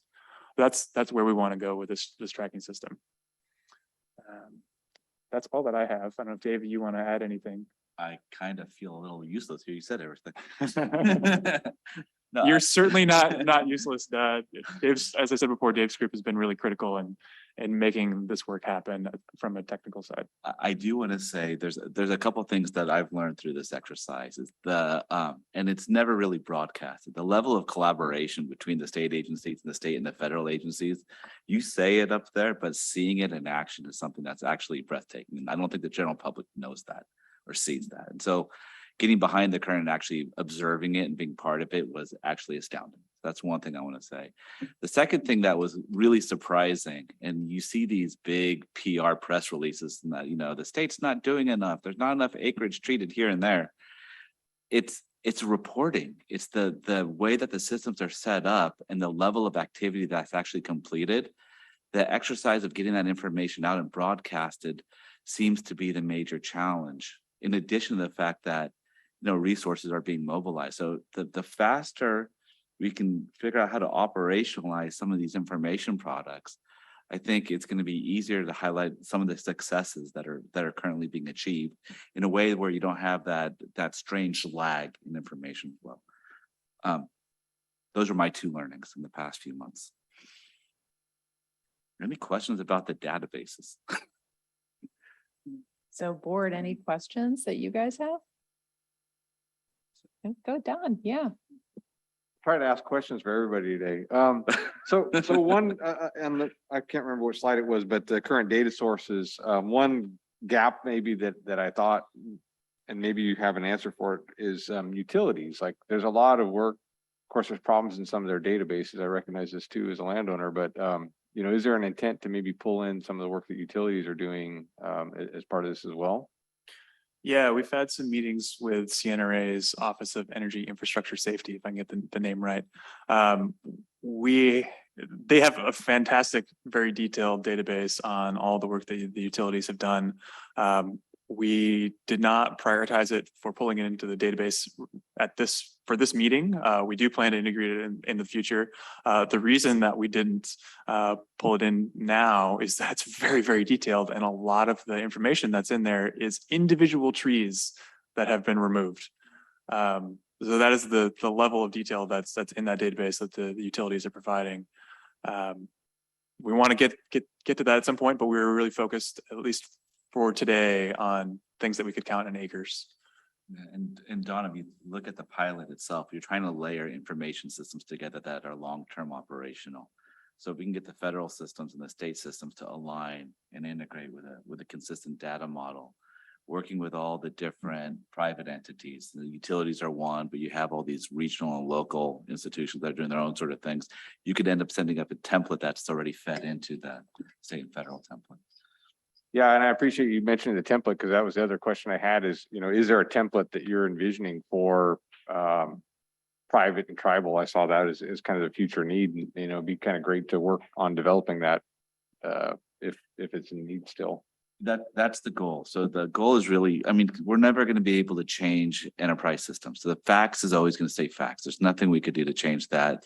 The CAL FIRE systems are the CAL FIRE systems, and you have a variety of other ones that won't change. When we say template, we think about it as a Rosetta Stone that could translate in and out of those systems in a way that's open and transparent. So those rule sets that Alan was talking about in terms of identifying how to do that, being clear about it, sunlighting it, and sharing it along with the underlying data systems will give folks the level of transparency needed to do what they need to do with the overarching data sets. That's the goal. Correction. Yeah, Patrick. Well, we're talking about other systems that you didn't mention. Just a quick shout out also to SBI. They had a similar issue several years ago They're doing fuel breaks throughout the state and really wanted to get good information on where CAL FIRE and Forest Service were doing fuel breaks. So they built a system through an MOU. We're definitely going to be pulling information from that, building on it, because I want to make sure that people understand that this is not just about counting acres treated. It's by getting information out there in the field so people can see where each other are working. And as Dave and others said, we're already uncovering, just looking at the data, places where state has done a portion of the work, feds have done a portion of the work, counties come in. There's some great success stories already out there, but hopefully even more when people see this information spatially. So thank you both. It's been a monumental effort and a lot more to go, but appreciate the efforts you put in. Thanks. And I'll echo that too. When, when you were giving your presentation, I was struck how it's so challenging to get a definition of what is considered finished. You know, what you said, there's so many activities, right? Welcome to land management. It's when you've got a fire interval kind of come in every 15 years and you're trying to get your land prep for that, getting that fire interval back on, and you've got 10 activities that you need to do over 5 to 7 to 10 years. How do you track that? How do you fund for it? How do you schedule it? And how do you show the accomplishments on it? And you guys are trying to do and build that for us. So really appreciate that. It's a big challenge. And then how many times did they use language? We're building a new language. We're figuring out the language. We are all developing a new language as part of this. Right now, you're translators for us. So thank you very much. But we have to have a collective language of how do we talk about our data or our activities and our actions. And so that's part of this too. I mean, data sounds so wonky. It's key. We know this is so key to all of us, and it's going to have us build a different language. So on that, how far apart are our languages? You know, and what I'm talking about, facts versus this versus that. Do we have big gaps that you see, or is it really, we're really talking about the same things, where they're describing it differently or tweaking it differently? I'm curious on your observations on that. I'd say it's more like French and Spanish than English and Chinese or something like that in terms of how close they are. And that We've got root romance. yes, language, right? The root of them is very similar, but part of that, or like part of the difference is driven by the differences in the mission of those Sure. two organizations. Yeah. Forest Service owns a lot of land, and so they do different things than CAL FIRE does. CAL FIRE doesn't own a lot of land. So the information and the orientation of their database is just set up a little bit differently. Part of the collaboration is getting staff from those different agencies in the same, virtual room together, so that they can help us with that translation. And it's been, I think, a really great collaboration between CAL FIRE and the Forest Service and the task force around doing that. And we're going to have to keep doing that, because as this universe of data that we have gets bigger, we're going to need more of those translators to step in and help us with this work. Yeah, and to add to it, you got this complexity between lags, right? So you have lags in time, there's lags in space, there's lags in resourcing. And getting those all lined up is interesting. So we found some examples where we thought there was double counting, and it turned out that on the same footprint, CAL FIRE came in, they funded one activity with 1 year, they funded a second activity with that same footprint with that same year. And then the Forest Service came in and did a third separate activity within that same year, but the reporting structures were all a little bit different. That's a compelling story, but trying to figure out how to deal with those lags to integrate those different data streams is hard. And so just trying to figure out how to do two things: shorten the lags, right? So it's okay to have rough information. Let's bring in rough information. Let's continuously clean it and scrub it. And let's be continuous about the dialogue of who's doing what where. So when that coordination does occur in those different locations, we don't get it flagged as a potential problem. We could flag it as a potential opportunity. And it's hard to do, but the systems are getting put in place. Yep, that's right. Guys, thank you. And just in that example, I'm glad we all recognize we need to work on the same piece. So that alone's a win. So thank you guys. Really appreciate it. Okay. Any other I'll just open this. This is a biggie, but any quick questions from the audience? We'll take one or two if anybody has any comments or questions. Okay. All right. We ready to move on? Oh yeah, Dan's going to show us CalMapper. Please, we'll turn it over to you, Dan. Thanks.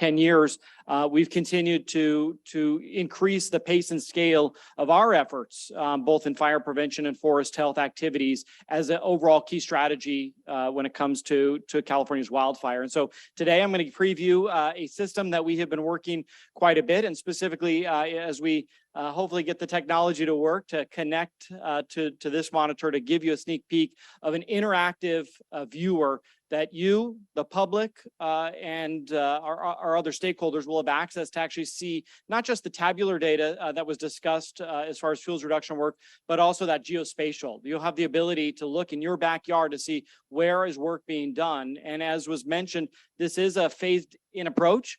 What you're going to see here today is really CAL FIRE's projects and the projects funded by our various grant programs, our wildfire prevention, our forest health grant programs. This is those projects. And then we'll be rolling in our CNRA sister departments, the Parks and Recreation, Fish and Wildlife. A lot of these other departments have been doing a lot of good fuels reduction work. We've been building tools, as was mentioned, to track their data consistently on the same platform using the same definitions that we can then overlay into a geospatial. So if we're able to show my screen here and start previewing the whole reason that you've invited me, there you go.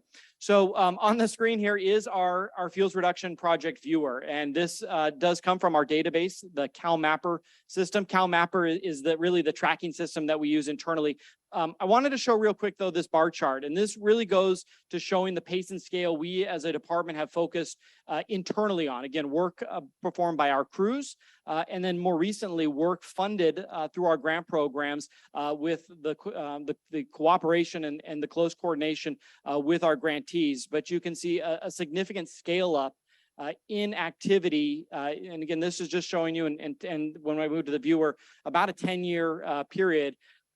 While if you look back at the century of CAL FIRE, we've ebbed and flowed over the decades of how much we've treated, but really at a low point in the 2013 period where only about 7,000 acres was treated by our internal crews. But over the years, we have scaled that up, meeting the state's forest carbon plan, and then your action plan. That number has increased. And as Patrick alluded to, we take a lot of pride in the fact that you set a goal for us to do 100,000. And we meet that goal. It'll be interesting how we talk about how we move that meter a bit, but we are through our grant program specifically, and the huge financial investment that the state legislature has been able to ramp that up. So going back over to our fuels reduction viewer, we are really trying to make sure that despite a little bit of narrative that's out there that we don't know how to track our data, we do. And in fact, our firefighters, our crews, our grantees spend a significant amount of time, and a lot of detail is collected. And what we've really been focused on, and we really being our forest and resource assessment program led by Chris Keithley, his team really built the framework of this interactive viewer. And so what it shows are all the projects by CAL FIRE's programs and our grantees, as I mentioned. You can see we have the current fiscal year and the previous fiscal year. I think the last speakers did a good job to explain that we are using fiscal year, so July 1st through June 30th, but there are lags in our reporting. Internally, we really work hard and strive to get our data in every month. But the people who are doing the work are the same people who are doing the reporting. These are the same people too often that are fighting fires and doing other emergency and forestry type of work. And so we do have to prioritize our efforts. So we really strive to getting our data in every month. But our grantees are on a bit of a different cycle. In many cases, we may not receive an invoice, which then has project reporting for a 3-month lag. Sometimes we are getting late bills a year. The grant is still open, and so the grantee has the ability to do that. And so we're working through some of that. We're working on some tools to really streamline the process to make it faster. But there's disclaimers all over this because we do see some delays in reporting. But on this homepage here, what you can see is the basic stats, right? The number of projects in that fiscal year, the number of acres treated. You can select a tab that shows the activity over time. So if you're interested in what months does CAL FIRE actually do the majority of the work. So you can see most of our project work occurs in the month of December. Obviously, that's a window of opportunity away from fire season, even though, as you can see, this work is being done across the year. That's where our grantees, I think, have really been an important investment in this process because they may not have the same fire responsibilities that we do. And obviously, our crews are going to prioritize fire response. But when they're not on fire, the director has continued to set an objective of them doing work. You can see down below that activity as far as the previous year below it. Next tab here is acres by objective. And so we really are tracking for 4 main objectives. Broadcast burn, so that's prescribed fire at the top, fuel breaks, fuel reduction, which is, you know, the basic removal of fuel, and then right-of-way clearance. This is work that's done along the roadside. But obviously over the last several months, if not year, definitions have been an important part of this conversation. Are we using the same wording? And so as noted, some of the departments do use different definitions. I would say from my perspective, the intent is all the same. Sometimes we use different words, and words do matter, and sometimes words can cause confusion. But on this dashboard, you can get an explanation about the data, what's included in the data, what's not included in the data, but then also definitions. What's the difference between a project and treatment? What's the difference between an activity? All these different objectives. And so we define them all here to make sure that the user can understand what it is that we're showing. Moving along, we have our target acres. As mentioned in your action plan, you have set a goal for us of hitting 100,000 acres through our various fuel reduction programs. We did that in 2021. We are close to doing that in 21-22, but back to that lag. That fiscal year technically just ended 21 days ago, but we'll continue to validate numbers. We will continue to collect numbers. Our grant invoices will continue to come in for the next several months. And so it's really important to know we work very hard to finalize these figures, but they are going to trickle in and they are going to increase. But this at least provides a meter of where we are towards our goal.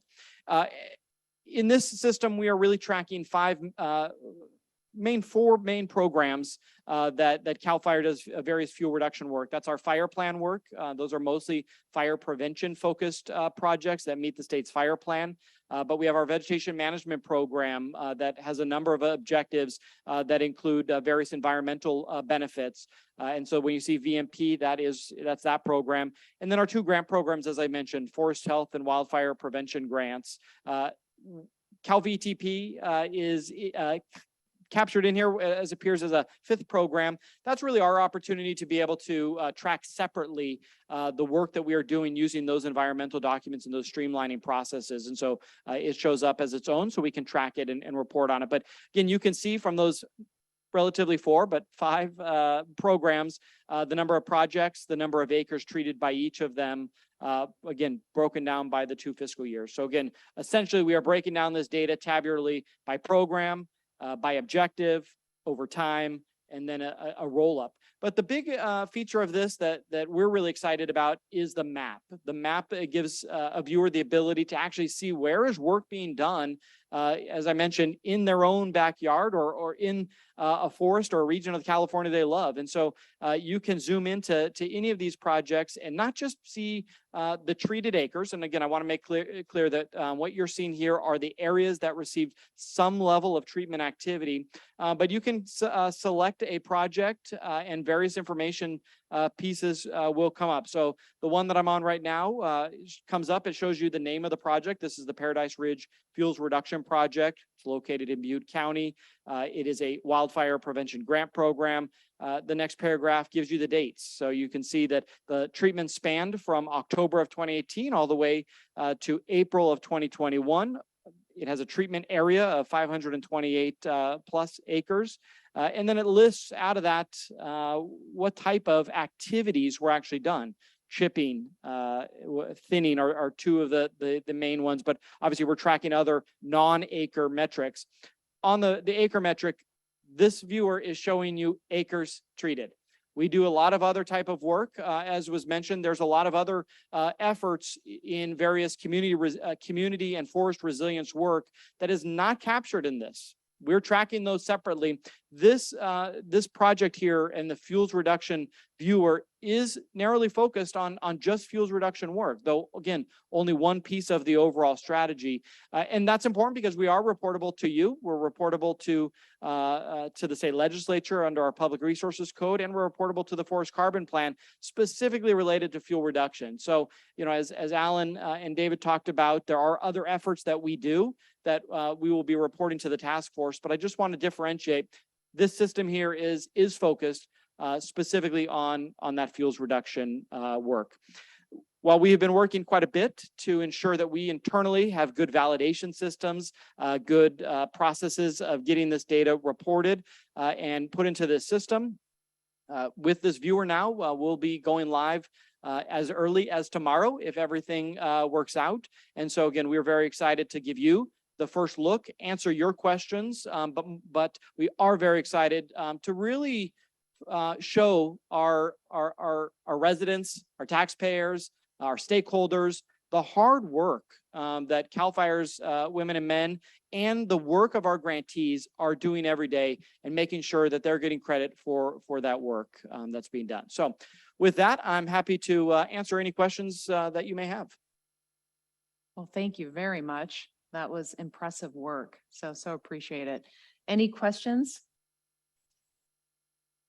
Or comments, thoughts? Yeah, please. So Daniel, thank you for the presentation, and to Alan and David, thank you for your presentation as well. This is great work moving towards not only the Cal Mapper display that you saw today being used by CAL FIRE, but the future of an interagency tracker that will show all the natural resource agency tracking devices ultimately rolling up into the interagency tracker as well. And the importance really of that is recognizing, as Alan and David said, and then Daniel, you reiterated the complexities of working between tribal, local, state, federal, private entities to be able to bring it all together so we can see the great work that's being done there. We see opportunities where we can sit here at the task force meetings and we can talk about the 99 actionable items. And depending where we're at in the state of California, perhaps we can step foot on one or more and see the actual hard work by the women and men of the various organizations of the work that they're being done. But this is an opportunity through the interagency tracker and through Cal Mapper that you're seeing here today, that those opportunities across the state of California that we're not able to see every activity going on across the state, this gives us that opportunity. It provides transparency to the public. It provides an opportunity for our collaborating agencies to know what treatments are being done out there so we can have this continuous cross-boundary work being done, which is going to be important. It shows where the dollars for the grant opportunities are going. And that is so very important, Daniel, as you said, the transparency to the public. So with that, I think it's a great opportunity. Again, it is full of complexities, and I appreciate the two presentations today. Great, thank you. Well said. Anyone else? All right, any questions from the audience? Okay, you guys are a shy group. Okay, well, with that, thank you so much, Dan. We are going to move on to our last agenda topic, and that is streamlining, planning, and permitting. So I know we've got a panel that's coming up here to do that. Welcome aboard, and we'll turn it over to you.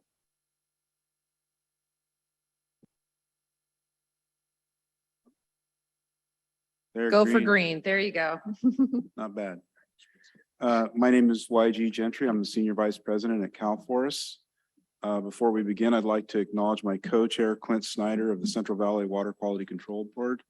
He did a lot of work and has been a valuable asset to us. He's not here with us today.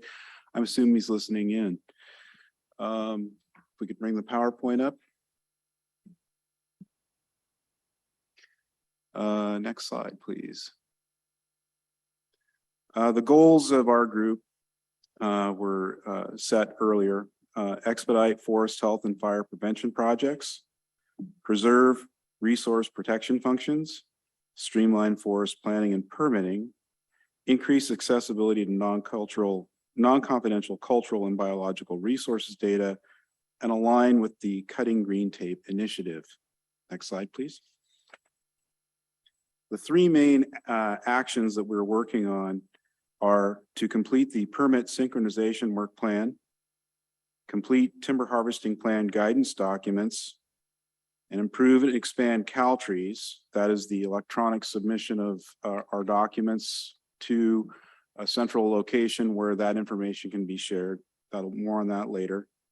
And enhance CalVTP implementation. Next slide, please. So in recent times, the Board of Forestry has adopted rulemaking in which they've adopted emergency timber harvesting exemptions to facilitate rapid post-fire recovery, adopted emergency fuel hazard reduction amendments, and adopted new reforestation standards. The reforestation standards, particularly as they pertain to even age management, required a much higher stocking level. That was closely examined, and they were reduced to reflect current knowledge and current and contemporary practice to avoid overstock stands. In terms of the emergency exemptions, I should note that one of the things that was key there was to align the exemptions to where they had consistent application. They were very different. We had numerous types of exemptions. They had different requirements. By aligning them and making them more streamlined, they're more consistently understood and applied. The CalVTP EIR, the board certified the EIR to expand vegetation treatment activities to approximately 250,000 acres a year. And that was a long process to get there. A lot of hard work went into that. And in the end, it was successfully achieved. And then monitoring is an important component of this in order to have that third leg where we are looking at this and adapting as we move along. And CAL FIRE has completed 5 of the reports and has 1 pending. Next slide, please.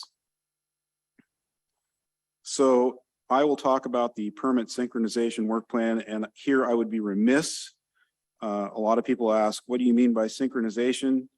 I'll get into that, but I need to acknowledge, if he's still here, Russ Henley, who was my colleague when this all started.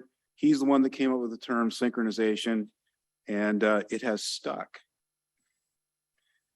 So originally this was due earlier, December 2021. Pandemic and various work related issues kind of prevented us moving forward on that. The lead is the Board of Forestry and the AB 1492 leadership team. The idea is to align permitting with the Forest Practice Act, Forest Practice Rules, what the water boards require, what California Department of Fish and Wildlife requires. And that includes the waste discharge requirements and the lake and stream bed alteration permit issuance timelines. And we are looking to complete some of this work by the end of the year and some next year. I want to get in a little bit about what synchronicity is. So synchronicity is when you have the concurrent review of the documents by the lead and responsible agencies. Each agency has its own authorities and responsibilities, but under CEQA, because we have our harvest planning documents are the functional equivalent of an environmental impact report, is to align that so that there is concurrent review. As it stands now, we have these multidisciplinary review teams that all go out and review and evaluate. It's about trying to make that review more concurrent, more together, more collaborative, so that it works towards a conclusion sooner rather than later.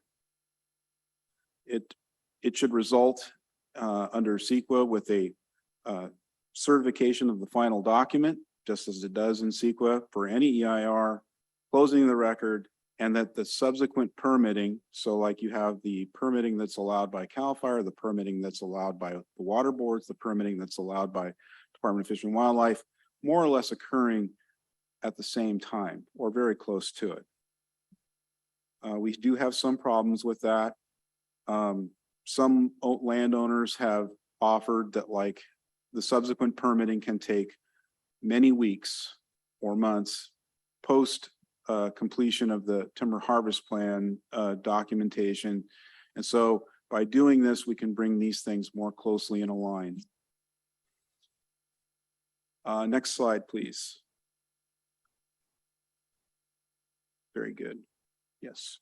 So the opportunity is this concurrent review of CEQA documents by lead and responsible agencies, timely certification of the final document, the closing of the record and subsequent agreements, including mitigation and monitoring, increase the efficiency of the interagency process, and streamline the interagency permitting.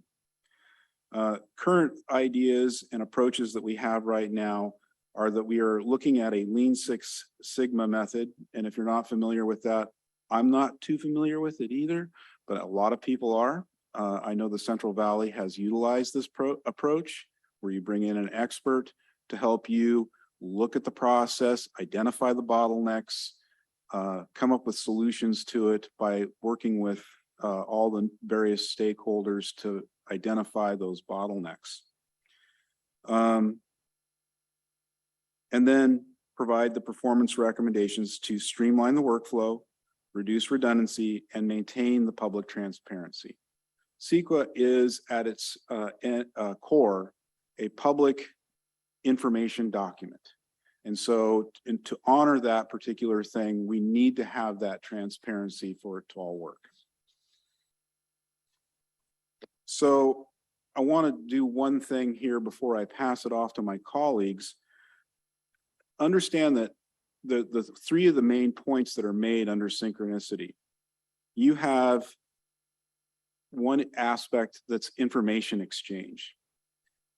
Caltrees, because of its electronic nature, may serve to have a more efficient exchange of information between agencies, plan proponents, and the public by having this one particular electronic information exchange aspect so that things can be done in a timely fashion. I'm old enough to remember when it was all snail mail and fax machines were the big thing that transformed it. My mom always asked, how did they get the paper to go all the way through the wire like that? So, but this information exchange then becomes more or less instantaneous. So people can respond, they have questions, they have information they can share, and that'll allow for more efficiency. So that's one aspect. Another aspect is the guidance documents, having clear rules of engagement, so to speak, so that everyone understands what is required of them. A plan proponent, the agencies, everyone knows what the rules are and how to engage in that, and that will help give more certainty. And then finally, the aspect that I just talked about, which is having this harmonized concurrent review. So for the other aspects of that, I turn to my colleague, Eric Huff. Thanks, YG. Seeing the camera angle today makes me very glad that I chose to wear pants. I'm Eric Huff. I am the staff chief of the headquarters forest practice program here at Cal Fire headquarters. And YG mentioned the word certainty. I would say the two key actions I'm here to talk about are all about regulatory certainty, translating to regulatory efficiency, translating to projects on the ground getting done. Thank you. Thank you. If you would, also, I did a nice comb over earlier. You could just stay on my face, that'd be great. This is supposed to wear my kilt. This first key action 136, complete THP guidance documents, that's timber harvesting plan guidance documents. This action comes courtesy of Assembly Bill 2889. For those following along in your rule book, you'll find it on page 328 of the Forest Practice Act. From the statutes of 2018, we're a little behind on meeting the direction there, but It's fair to say CAL FIRE and the Forest Practice Program have produced guidance documents for decades. One such example is the guidance document on program timberland environmental impact reports. I just sent that document out just a week ago to someone interested in producing one of those. So we've been doing this for a while. But the statute requires us to develop guidance documents that are intended to assist the regulated public with navigating all aspects of the plan review approval process. And in particular, we are directed to, using the rules of the board, develop a checklist document by which a professional forester can be assured their harvesting document will make it through the first phase of review, the filing stage. I can tell you as a former plan writer that getting through the filing stage was one of the most frustrating processes of being a plan writer. And I don't think that's changed. So the key thing with this checklist is that we're going to need to integrate it well with our CalTrees online harvesting document submission platform to make sure that we're saying the same thing across both formats. Our progress to date, we have been very fortunate to fill 3 longstanding vacancies here in the headquarters forest practice program. Those folks are currently tasked with producing the checklist document, and we anticipate having a checklist out in draft form for internal review initially, and then external review in the month of August. Again, very important for us to make sure that that document matches our CalTrees online platform. And with that, I will segue to the next task. So next slide, please. Key action 137. This is improve and expand CalTrees. For those that don't know, CalTrees is the acronym for the California Timber Regulation and Environmental Evaluation System. Both CAL FIRE and the Natural Resources Agency are the leads. We've been working on this for a number of years now.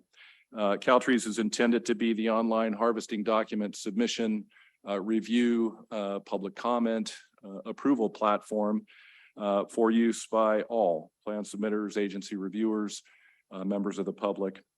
I can tell you again, as a former plan writer, it was certainly a dream of mine to have an online platform by which I could submit a harvesting document and in the process be assured that I was not submitting a document that had filing errors that would result in my plan being returned unfiled, unable to make it through that first review hurdle.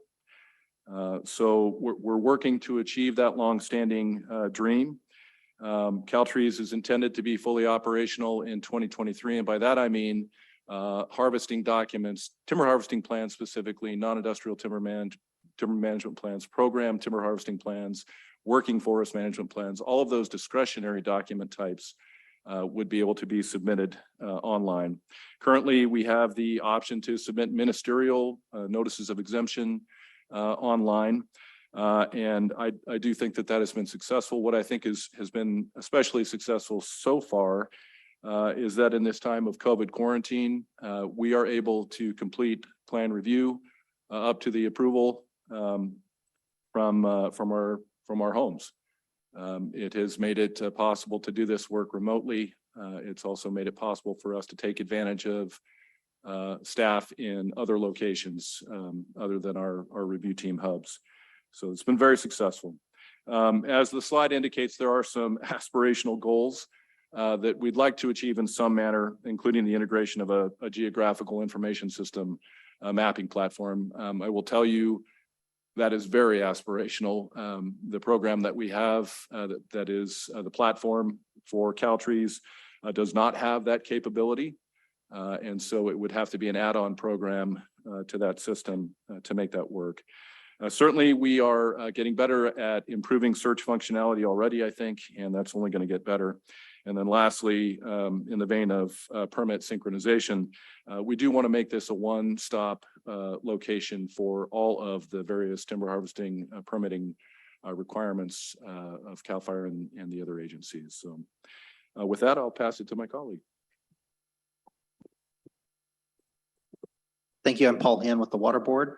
I get to the pleasure of talking about a project where one of the key actions where at least part of it, we're kind of on the downhill slope, having finished some of the actions and are in the process of putting it into implementation. So that would be key action 1.38. This is an action that's supposed to be led by the Board of Forestry. They are leading it. Included in this key action are things such as providing training and workshops, providing state funding for CEQA activities specific to the VTP, some streamlined permitting process, which is the specific part that I'm going to talk about for the rest of the slides, and providing assistance with the project-specific analyses. So the VTP was developed in collaboration with the water boards and CDFW and included mitigation that was tailored to water board and CDFW program needs. As a result of those collaborations, the VTP has allowed agencies to significantly reduce the time and costs required, not just to develop an EIR for vegetation management projects, which could normally take thousands of pages and years to prepare, but also to reduce the cost and process times for other permit activities, which is something that YG talked about. I want to discuss one of the enhanced VTP implementation activities that best illustrates this. The Board of Forestry has developed the VTP process. For legal reasons, the Water Board can't rely solely on this VTP process, but still must take a separate permitting action. So in coordination with the Board of Forestry and CAL FIRE, the Water Boards developed and adopted the Vegetation Treatment General Order as a complement to the VTP. We did this in 2019. The purpose of this is to ensure that activities covered under the VTP have appropriate legal coverage under state and federal water quality statutes and are protective of water quality. We developed the orders so the applicants whose projects are within the scope of the Cal VTP are automatically enrolled in the Water Board's permit at no additional cost. This provides an efficient permit pathway and supports the critical public safety needs for increased pace and scale of vegetation treatment while ensuring protection of California's water resources. Next slide, and I think I need you to go 2. Thank you. So the general order again was developed to cover the same types of activities included in the Cal VTP. Specifically, we're talking about prescribed pile burning, broadcast burning, mechanical and manual vegetation treatment, prescribed herbivory, ground level application of herbicides, and maintenance of vegetation treatment activities. Because of the close collaboration between the Board of Forestry and the water boards, the permit conditions in our vegetation treatment order are essentially equivalent to the mitigation measures that are included in the VTP. In fact, if you read our permit, what you'll see is, hey, when you do these activities, make sure you include these mitigation measures that are called out in the VTP. So this process provides for clear and consistent implementation across the agencies. Next slide. So far, there are 55 total VTP projects. 27 of them have been certified with the Board of Forestry. You can see their general location and status on the map on the left side of the screen. So you see we're covering not just the forested areas, but we're areas all over the state. Of the 27 certified projects, all but 2 of them have already been enrolled in the Water Board's vegetation order. The remaining 2 were received this week and are expected to be enrolled next week. So to summarize it, instead of years doing preparation under the old process, under the new process, the time for certification of the Cal VTP is much shorter. An enrollment in the Water Board's permit is automatic and takes about 2 weeks to complete. This is a significant increase in program efficiency, and that efficiency will likely improve as our gain experience and continue to find better ways to coordinate. As an example of this, while we have largely completed the core portions of our vegetation treatment order, we are continuing to work with the Board of Forestry to better access the data coming out of the VTP process and automate some of that so that we can do additional enhancements for our general order process. And I do want to mention again as a final reminder that what I've been talking about is largely focused on time reduction, but Note that CNRA has funding available to assist agencies in pursuing certification under the VTP. And when we set this up, we work with the legislature to make sure that our permit fees, that we could do this without additional permit fees. So there's no cost on the water board side. So not only are we trying to do things faster, but we're trying to figure out how to reduce the cost for permit applicant, project proponents. And with that, I am handing over to, I think, back to YG. Well, that concludes our report. If you have any questions, we'd be happy to answer them. Thank you very much. I'll turn to the board. Any questions? And first, I just want to say thanks so much for the humor. So appreciate that. And just the way that you acknowledged and pointed out that we're all trying to struggle and figure out our dress codes now. So it's a real thing. Appreciate that. Great. Any comments or questions from the board? All right, I'm going to turn it to the audience. Any comments or questions anyone may have out there? Yes, gentlemen, right down in the front here. We got a microphone that's coming to you, so just one, I know, yes. You got to eat the mic. Here you go. This is really great to see this, and obviously, I'm not really into THPs specifically, but wondering, does this also encompass 1038s, the whole array of exemptions? Yeah. Thank you for the question. Yeah, it does in fact relate to ministerial permits. So the 1038 exemptions, the 1052 notices of emergency. Yeah, all will be. In fact, those notice types are already part of Caltrees. You can already submit those online.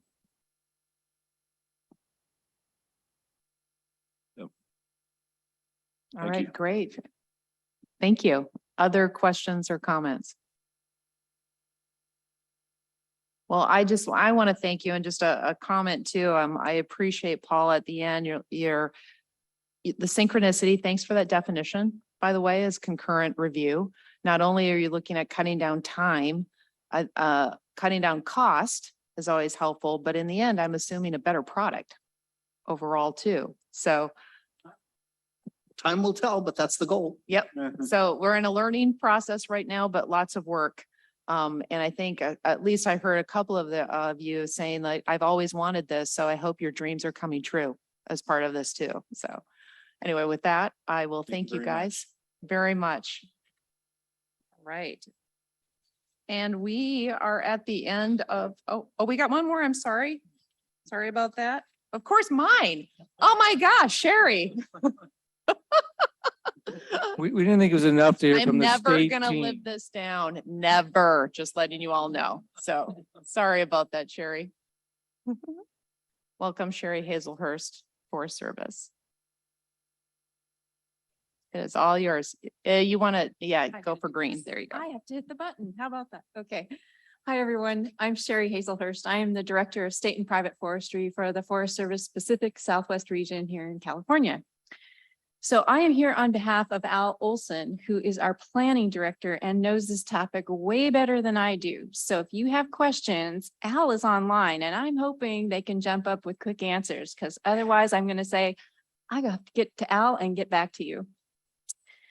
I wanted to tell you a little bit on the Forest Service side, what's happening with some of our planning efficiencies and authorities. So next slide.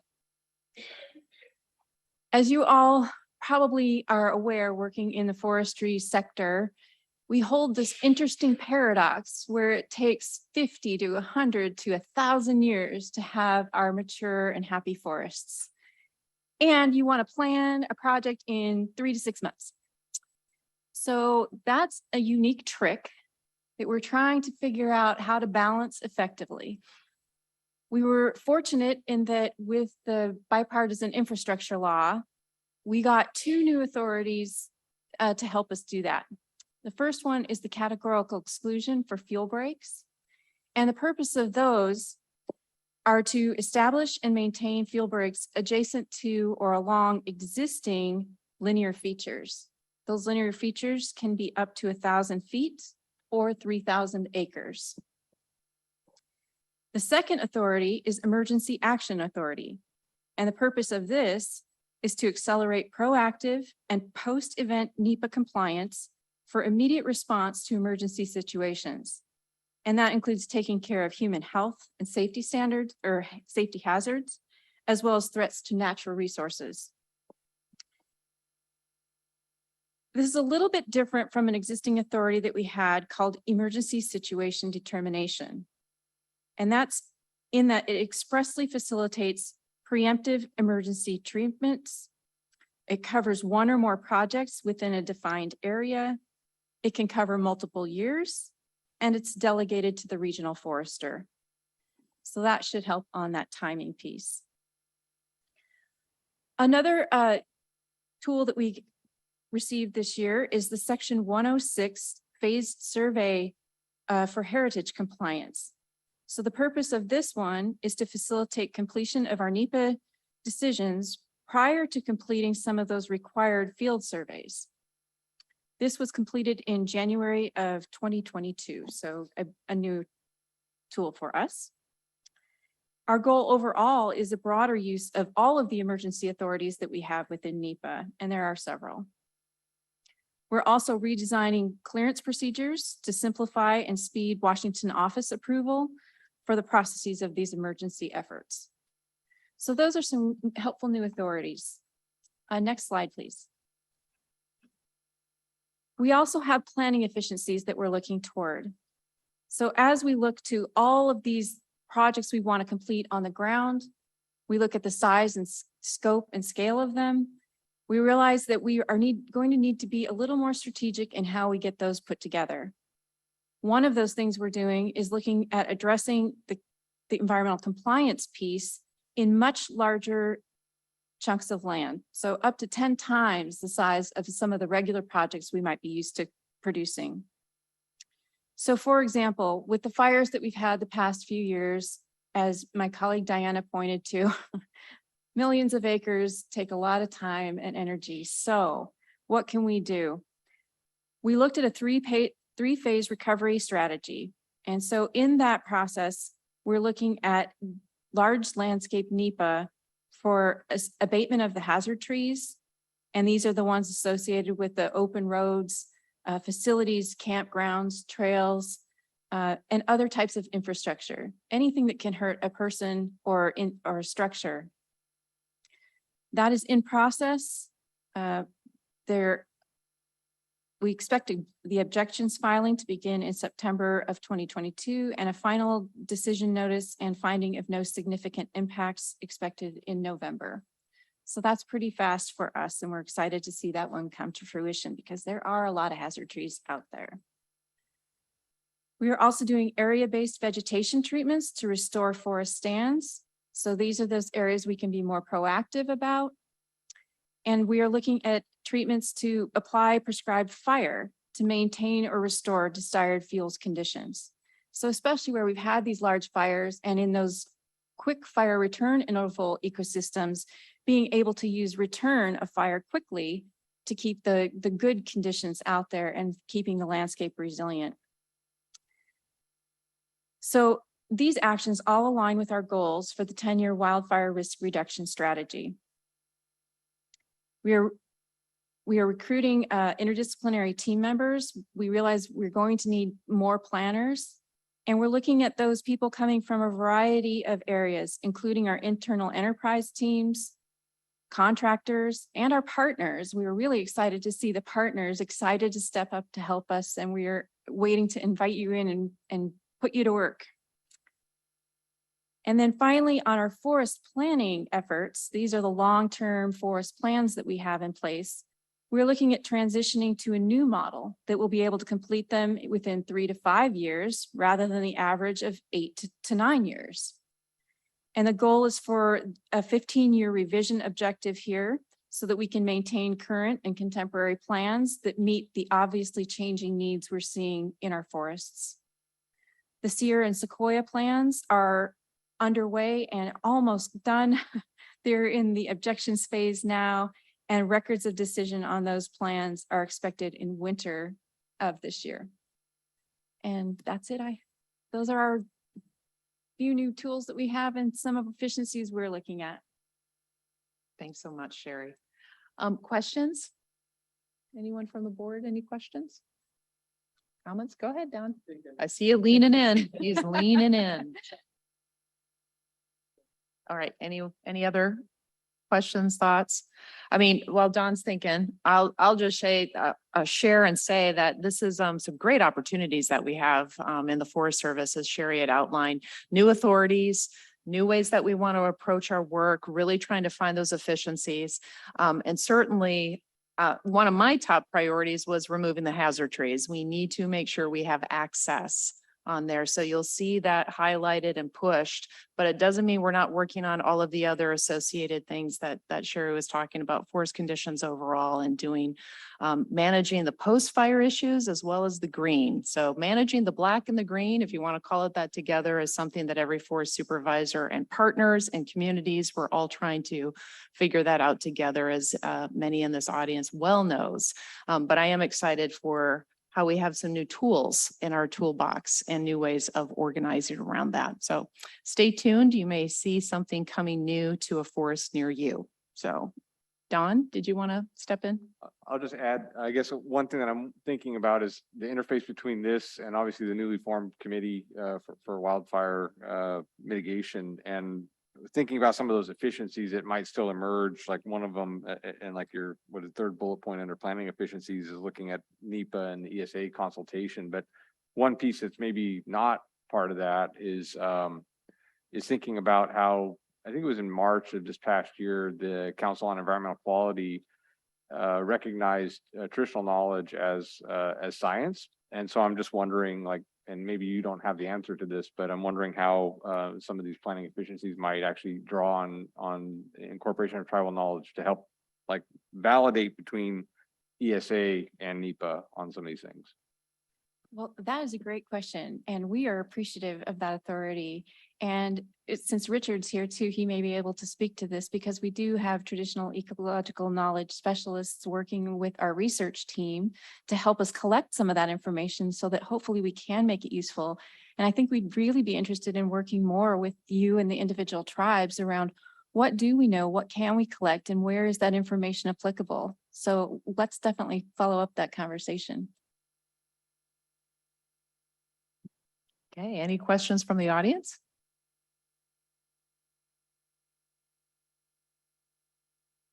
Okay. Jerry, thank you so much. Appreciate that. I'm checking into my coach down here. Is that the end, Patrick? Are we? I do have You a, got your own agency, Jen. Come on. I do have a few final comments, as I'm sure you will, Yes, but maybe I can go and you can wrap things up. let's go ahead. First of all, I just want to thank obviously everybody who presented. In particular, I hope folks that participated online saw the common theme here. You got a big presentation on how incredibly challenging it is to get different tracking systems, different cultures, different agencies, different systems all working together. And then with planning and permitting, you've got different agencies with different cultures and different systems all working together. I couldn't say better what the task force is all about. I use the word alignment a lot. It's really trying to get all these disparate agencies and cultures and systems all working together. So I hope you got a good flavor of that. And also just to point out, which may or may not be obvious to you, but we are really using these meetings as deadlines to make sure that we're on track and we're on time. And so what you don't see is the hundreds of hours that went in to get to where we are today. So again, I want to thank everybody that was involved in all that. Second, I want to encourage people, particularly online, to give us comments. How the meeting went, what worked, what didn't. This is sort of our one of our first hybrid meetings. We're going to still experiment with different approaches, et cetera. So let us know. Same thing with the website. Let us know what's working, what's not working, what information you want to see more of, what information maybe you want to see less of, whatever it is. That would be great. And then finally, I really want to encourage you to get to our September meeting in Grass Valley. It's going to be at the Nevada Fairgrounds. September 27th will be likely a full day. We're going to start again with a resource fair that went over really well in Santa Rosa. We're going to do that. We're probably going to have a late morning session. We're going to have a break for lunch with some food trucks that we're going to bring in that hopefully will give you a good variety, have an afternoon session, and then probably some maybe even one or more evening sessions. We're having the 2-day event to be orchestrated or put on by Circle, the South Yuba River Citizens League, which is famous for its film festival. So who knows, there may be a film or two that you'll see throughout the day or evening. And then, as important as anything, a series of tours again the next day. Tremendous amount of great work being done in that part of the Sierra. We want to make sure that we showcase it and give you an opportunity to see the projects firsthand. Again, those were very successful in Santa Rosa. We'll hope we'll have the same thing at this coming meeting. So with that, I'll turn it back to you two, and thank you again. Thank you so much, Patrick. I'll ask my co-chair here for comments. All right, thank Thanks. you. Well, this task force is definitely a proactive approach to address the extreme challenges we have in California. And it's to bring solutions to the table. And I think, as you said, the updates that we hear today are setting deadlines and making sure that we are continuing on this great work. So, today was really about building off of the May meeting that was in Sonoma. Here we are in Sacramento here in July and in September in Grass Valley. And I look forward to seeing the efforts that continue to take place there. Today's hearing, we heard all about post-fire recovery and restoration, updates on Million Acre Strategy, the interagency tracking system that is so complex, as well as the planning and permitting processes. And thank you for that. I want to thank our presenters today and look forward to seeing everybody in Grass Valley again. But this again is just a great example of collaboration that improves our forest health, creates resilience, and ultimately is here to reduce wildfire threats and protect our watersheds. So with that, I appreciate it, and I'll turn it back to you. Okay, great. So again, well said. Thank you guys so much. I want to thank the board for being here as well. I hope you see, again, as we have said, we're making continuous progress. We learn as we go. We're going to make changes as we go. I think my staff is always tired of me saying this, but I'm looking for progress, not perfection. This is what we need to do, is just get better as we move along and go through this. I hope you see also that we're trying to hit the many facets of wildland fire and resilient landscapes. It's complex, it's challenging, but again, if we all pull together and work together, we create our future. And this is part of what we're doing to create our future together in this state. So very excited about that. We have passionate, dedicated people in here, out there, across the entire state to work with us. And it's very exciting to see people mobilize around these big issues that we've got. So again, I want to thank you, all of you, for all the work that you're doing and that continue to do. Again, everybody, thank you for traveling here, who are here physically. Thanks to everybody who is online. I know there were at least a couple hundred, at least at one point, Patrick, I think, that were online with us. So very much appreciate your attention and your participation here today, and see you in September. I won't start singing the song too, but that's it. All right. Thanks, everybody.